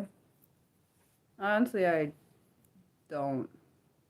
I honestly know. I know it will take a long time for this channel to get monetized if it ever does. I'm not expecting it to. Uh, yeah, but I know it's my safe space in the online world. I have a safe space in the real world, so that's okay. I know people don't have either online or real world, which is sad. Yeah, I understand. Totally, Nick, I totally get it. Like, it took a lot. Honestly, it took a lot to. That's why another reason I didn't want to do this channel when I first started. I had anxiety, major anxiety, because of speaking on camera. Which is reading out loud is a wound. I don't like doing that, which is why probably it's another reason why the Saturday live streams are a lot harder than the Monday ones, because speaking out loud it triggers my wound. Speaking out loud, actually, reading on camera, it triggers that wound because it's like literally spotlighted. Because when I read out loud, I was traumatized by being laughed at. So when it's on camera, it's just like a magnified thing. And then I'm also dyslexic, so I'll pronounce words in the way that may not be maybe irritating people, so they get irritated and leave, which I feel like happens a lot. Particularly when it's like medical. Like even last week's stream, I was worried because I was like, oh my gosh, these words, like even though they're simplistic, it's hard to follow along because of my pronunciation issues. Even if they're not the harder ones, they're very stressful for me. Very very stressful. Because I'm always thinking, oh my goodness, what am I doing to make someone leave? That's literally my first thought. But like on these streams, even though people are leaving, it's whatever. The Saturday ones, I be thinking, oh my gosh, all the mistakes I'm making is making people leave. Oh hello. What you just could pick the perfect time to like just come and make me smile or something. um, but back to the thing, like for me those are really stressful, and that's why mods are very important, particularly for my Saturday stream. I'm not saying my Monday stream I don't need mods, but the Saturday streams I need them way more because that's typically when more trolls come, because people say very ignorant and blatant statements, so it's terrifying. Like I post videos, like I literally when I first started doing this channel, I was like, I'm not. When I got the first idea to ever even start doing this channel, I was like, I ain't doing it. I'm not doing it. Literally, that's what I would say. I'm not doing it. And the only reason I started is because I realized there are people like me, and there are people that are um you're fine, Nick. You're fine. Because I'm sure other people. I noticed one thing I did notice on Saturday. I noticed this. I don't know why. I expected there to be trolls, and I noticed when they saw I think it was Mildred and my brain is blanking. Hold on. Brave Mariel in there. Then I didn't see like I feel like there was no trolls because I think they saw the mods, and that like was amazing. Like the ones I think is the most important. Yeah, the time change is gonna be time change is next Sunday, which I'm not looking forward to. Next Sunday, so next Sunday, like as in not the one that's coming. The when is it? March the 9th. I do like that because like people would just come in this channel. Like I literally didn't think there would be a point where like people would like literally come on my channel and troll. Cause I saw people doing it on other people's channel, but I didn't think the channel was so impactful that people actually would come on here and start modding. But I noticed as the yes the I don't like the time change because my brain like has to keep it goes from going back an hour of sleep, getting more sleep, and then getting less. Like, why keep changing the time change? I'm like, literally, it's annoying. Like, I get confused. I'm like, when I look outside, is it supposed to be 6 o'clock based on how the sun looks, or is it supposed to be 7? Like, why do you keep doing that? Like, they've done it so much. I'm like, can you just pick one where we can just stay in one? We can either stay goes back or goes forward. Like, stop switching it. And I know I'm not the only one that thinks that. I'm just the only one that vocalizes it. Wait, so you don't have that over there? You don't. If you don't have that over there, it's not fair, Nick. Dude, they need to give that to us if that's you don't have that over there. Like, the case I'm not looking forward to doing is the one I'm doing on the. I'm not looking forward to doing the one on the 15th of March. I'm not looking forward to doing that true crime. I'm literally not looking forward to it. I hate talking about. Hate talking about essay on. I hate talking about any kind of. I don't like talking about any kind of trauma on. I don't like. It's not for me, but it's. I feel really horrible for the victim. I never feel. I never feel good for any kind of. I'm not gonna say. I'm not saying what. I'm gonna say SA because I don't want them taking down my YouTube video the stream when I do it because I'm not because this is a very important topic to do even though I know that I feel really bad for the victim and the family because that S see I'm almost cursed that shit well it is true that shit should have never happened it was that what she did is abuse of power and she knew that he couldn't mentally consent physically consent like speak so she just like I swear oh see God I'm so glad that I can't be where she is because I would have probably killed her and I wouldn't have felt nothing because I don't feel anything when somebody does something to someone and then they get hurt because of what they did. I don't feel any. I do. There are certain people I don't feel bad for when things happen to them, and a person that abuses somebody else knowing they can't consent and they can't speak for themselves or do anything she doesn't deserve to get out. She should have been under the prison. That's what she should have been. And I got mad when I read what I read. It just pissed me off so bad. And I felt bad for the family because all they wanted is for their loved one to be able to communicate and she took advantage of that. And that's what pissed me off. She took advantage because she knew he couldn't speak and she manipulated probably I'm sure she manipulated him because based on when I read it sounded like that he has the mental capacity of a toddler and I'm not saying it to insult him I'm just saying his basically he has the way he can't process what is happening so how to Raya don't get mad now you can do it I'm trying really hard because I know when I do this, I'm probably gonna put my own sense into it, which is gonna be hard, which is gonna make me mad. I don't get how she gets to get out. I don't even get how she's out now. And they live in the same state too. See, God, you would have to help me. If that was my child, I would have. Yeah, I'd be in jail right now. I know me. I already know. I tell my parents every day. I said, if I had a kid and this something like this happened, I told them I'd be in the jail. You would have to raise my child. I'm not even kidding. I can't. Exactly how I feel because that makes me sick. And then I think about every child that is in the disability community that cannot communicate. It just makes me really, really mad. Because even though the person was an adult, it doesn't matter. They cannot consent, so that makes it even worse to me. I don't even know what to say to that. Like, I don't. When do you guys think we're gonna get to, yeah, I see, it's hard for me not to get my emotion involved. This is literally why I can't do true crime for, like, the disabled community because of that reason. This is why I can't do it every day because I would be pissed every day and, like, pissed. She actually is out. It's disgusting. She's out. She's out, and she got this. I'm sorry. Is it bad that I laughed that she got fired from her the other job she got after the Durham trial? I'm sorry. I kind of it's funny to me. She got fired because of the publicity of the case. That she, I don't feel nothing. I don't care. I kind of hope her life is ruined.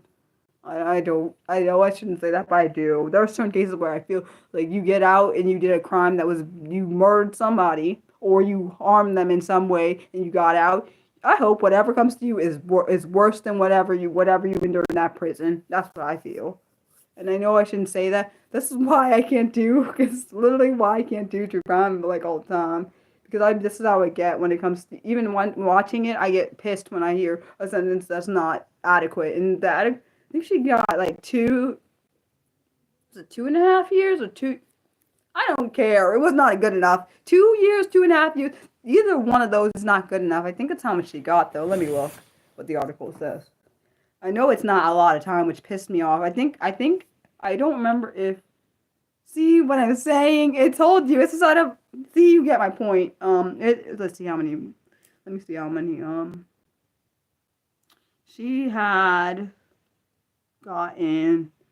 She originally her sentence was 12 years in prison, but because they couldn't use some of the testimony that should have gotten her that sentence, she only got 2 stupid years. That is some bullshit. I'm sorry.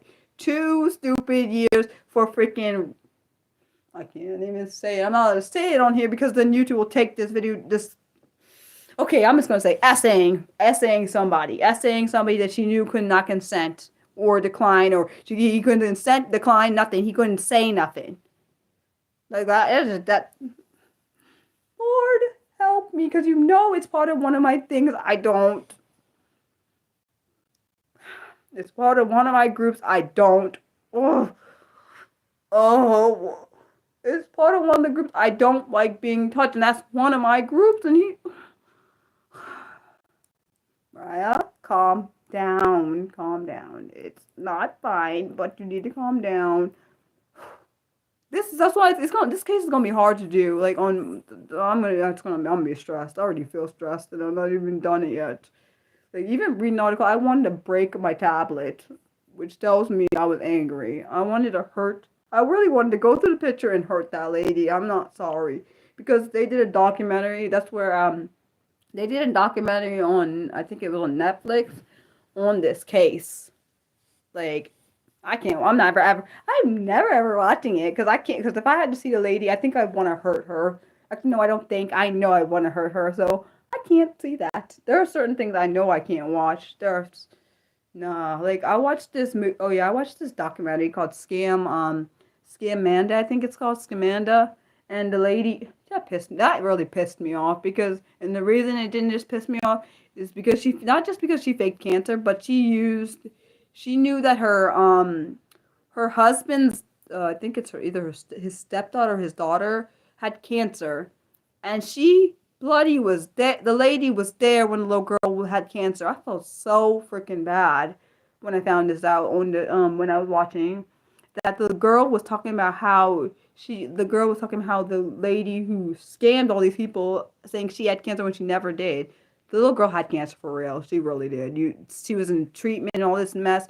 And the girl who was now an adult was talking about how she felt horrible that her sister had to endure because she, unfortunately, the sister was raised a little bit by the scammer and the scammer's husband, which is some bullshit, by the way. And also, I'm not sure if it's on TV, but it was on Hulu. I watched it on Hulu with Scamanda. Jesus, I don't care. And that pissed me off because this one lady, I felt so bad. There was a few, I felt bad because there was a few parents on there. There was another lady on there whose kid actually went through cancer too, and she was bonding with her over the cancer. She's like, you'll get through this mess, and like, I felt so damn mad. There was a lady who actually died from cancer on there that they were on. The whole thing pissed me off. The whole dang thing pissed me off. I wanted to go through the TV and knock her ass out because I'm thinking, how dare you scam all these people, making them think that you had cancer. She shaved her head and everything. She pretended to go to during doctor's visits and all this mess. There are literally people out here that actually have cancer dying. They don't be doing all this scamming crap. I don't know why she did. I don't really particularly care why she scammed people. She just needs to go. I don't even know how I could never marry someone that did something like that. I even actually I don't even know even nothing. I could not marry someone if I found out that you had tendencies like that. Get away from me. I don't need you here. Leave me alone. All this like this is that was ridiculous. No, to me it's worse that the kid. I felt bad for the little girl living with the parent.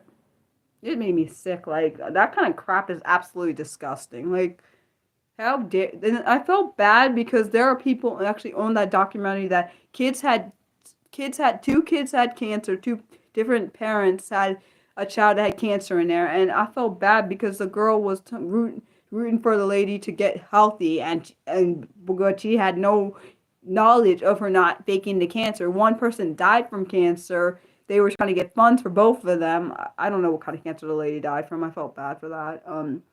The lady's son had cancer. I was like, what the and she made her believe that she actually had cancer. I felt so horrible when she was talking about her child having cancer and saying, "Oh, I'm rooting for you to get over the can." The lady was telling the lady to get over cancer. I was like, "Oh my gosh, if she only knew." Unfortunately for me, I wasn't. I'm seeing it after the fact. I felt bad because she actually lived through this mess. All those people actually lived through this mess. How I don't get it. I never understood why fake cancer. What is the purpose of that? And everyone is trying to figure out what made her decide to randomly fake cancer. The little girl, who is now an adult, thought maybe because she saw her go through cancer, she thought this would get her, the lady would get sympathy or something from this. Like, because she was there when the little girl was going through cancer, so she thought maybe where did the idea come from her? Did it come from someone else? Because everyone's trying to figure out where the hell made her get the cancer diagnosis. I know she's in jail for like 5 years now, which I don't feel bad for her. She's lucky it's not worse because she took a whole lot of money, forged documents saying she had cancer. I literally, what the hell is this? Forged documents saying she had cancer, going off the chemo and all stuff. Like she literally, one of the ladies was like, "I'll go to you with your chemotherapy thing." I felt bad because they literally actually thought she had cancer, and then the day before she was like, "Yeah, it's disgusting," and that made me sad because this one lady, she was an atheist, and she said the first time she ever prayed was when the girl said she was saying she was had sick with cancer, and I felt terrible, like because like that's her first way of coming to God, thinking, "Oh, this lady had cancer." I felt so bad, and the lady also, the one who was an atheist, and eventually, I guess maybe became Christian. She was like, "I can't donate money, but I can donate my blood or my bone marrow," and I was like, "Oh my gosh!" She literally went and donated her a part of herself for this evil person who never even had cancer. And the girl was over here. That pissed me off because she went on her blog saying, "Oh, all this stuff," when people were going against her about like this lady faking cancer. Like, "Oh, you know who your real people are when you're down and what out of." She made me want to slap the hell out of her. I really did. Like I can imagine. I remember when I had really actually thought I had cancer, and I remember how terrified I was. I can't imagine being like blowing this up to a point where like doing all that stuff that she did, which is absolutely insane. Like I don't even know what to say to that. Like I need to watch that final episode of Scam Goddess. I need to watch that. The final because they had the final episode for the season. That's a good show. I like Lacey Mosley. She's good. She has a very comedic kind of. I know she is a comedian, but she has comedic. There is realness in the show, but also she has like a little comedy-ish, little tiny bit of comedy. Um, but I like that show. Yeah, it's good that yeah, you're very true. It's very good because I think I'd probably be in jail like several times over because or probably in prison for murder, which would not be my fault really fully because I just think it's absolutely sickening. Like people literally, some people give because their family members died from it or family members are going through it. That makes me mad because some of these people honestly thought that some of these people actually honestly thought this person had cancer, and I'm sure some of them probably have family members that may have had cancer and maybe passed, or just or even some of them that are currently going. That's absolutely sickening to me. Um, I need to stop watching so much true crime, but I can't help it. I have to know what's out there. That's why I watch it. it's another reason, but it also is my special interest. I think I'm gonna end, guys. But thank you guys for watching. I appreciate each and every one of you. I hope you have an amazing week and see some of you on Saturday. If not, you can always watch the stream later. This channel is continuing to grow, which is amazing to me. I love you guys, as always. Love you guys. Bye.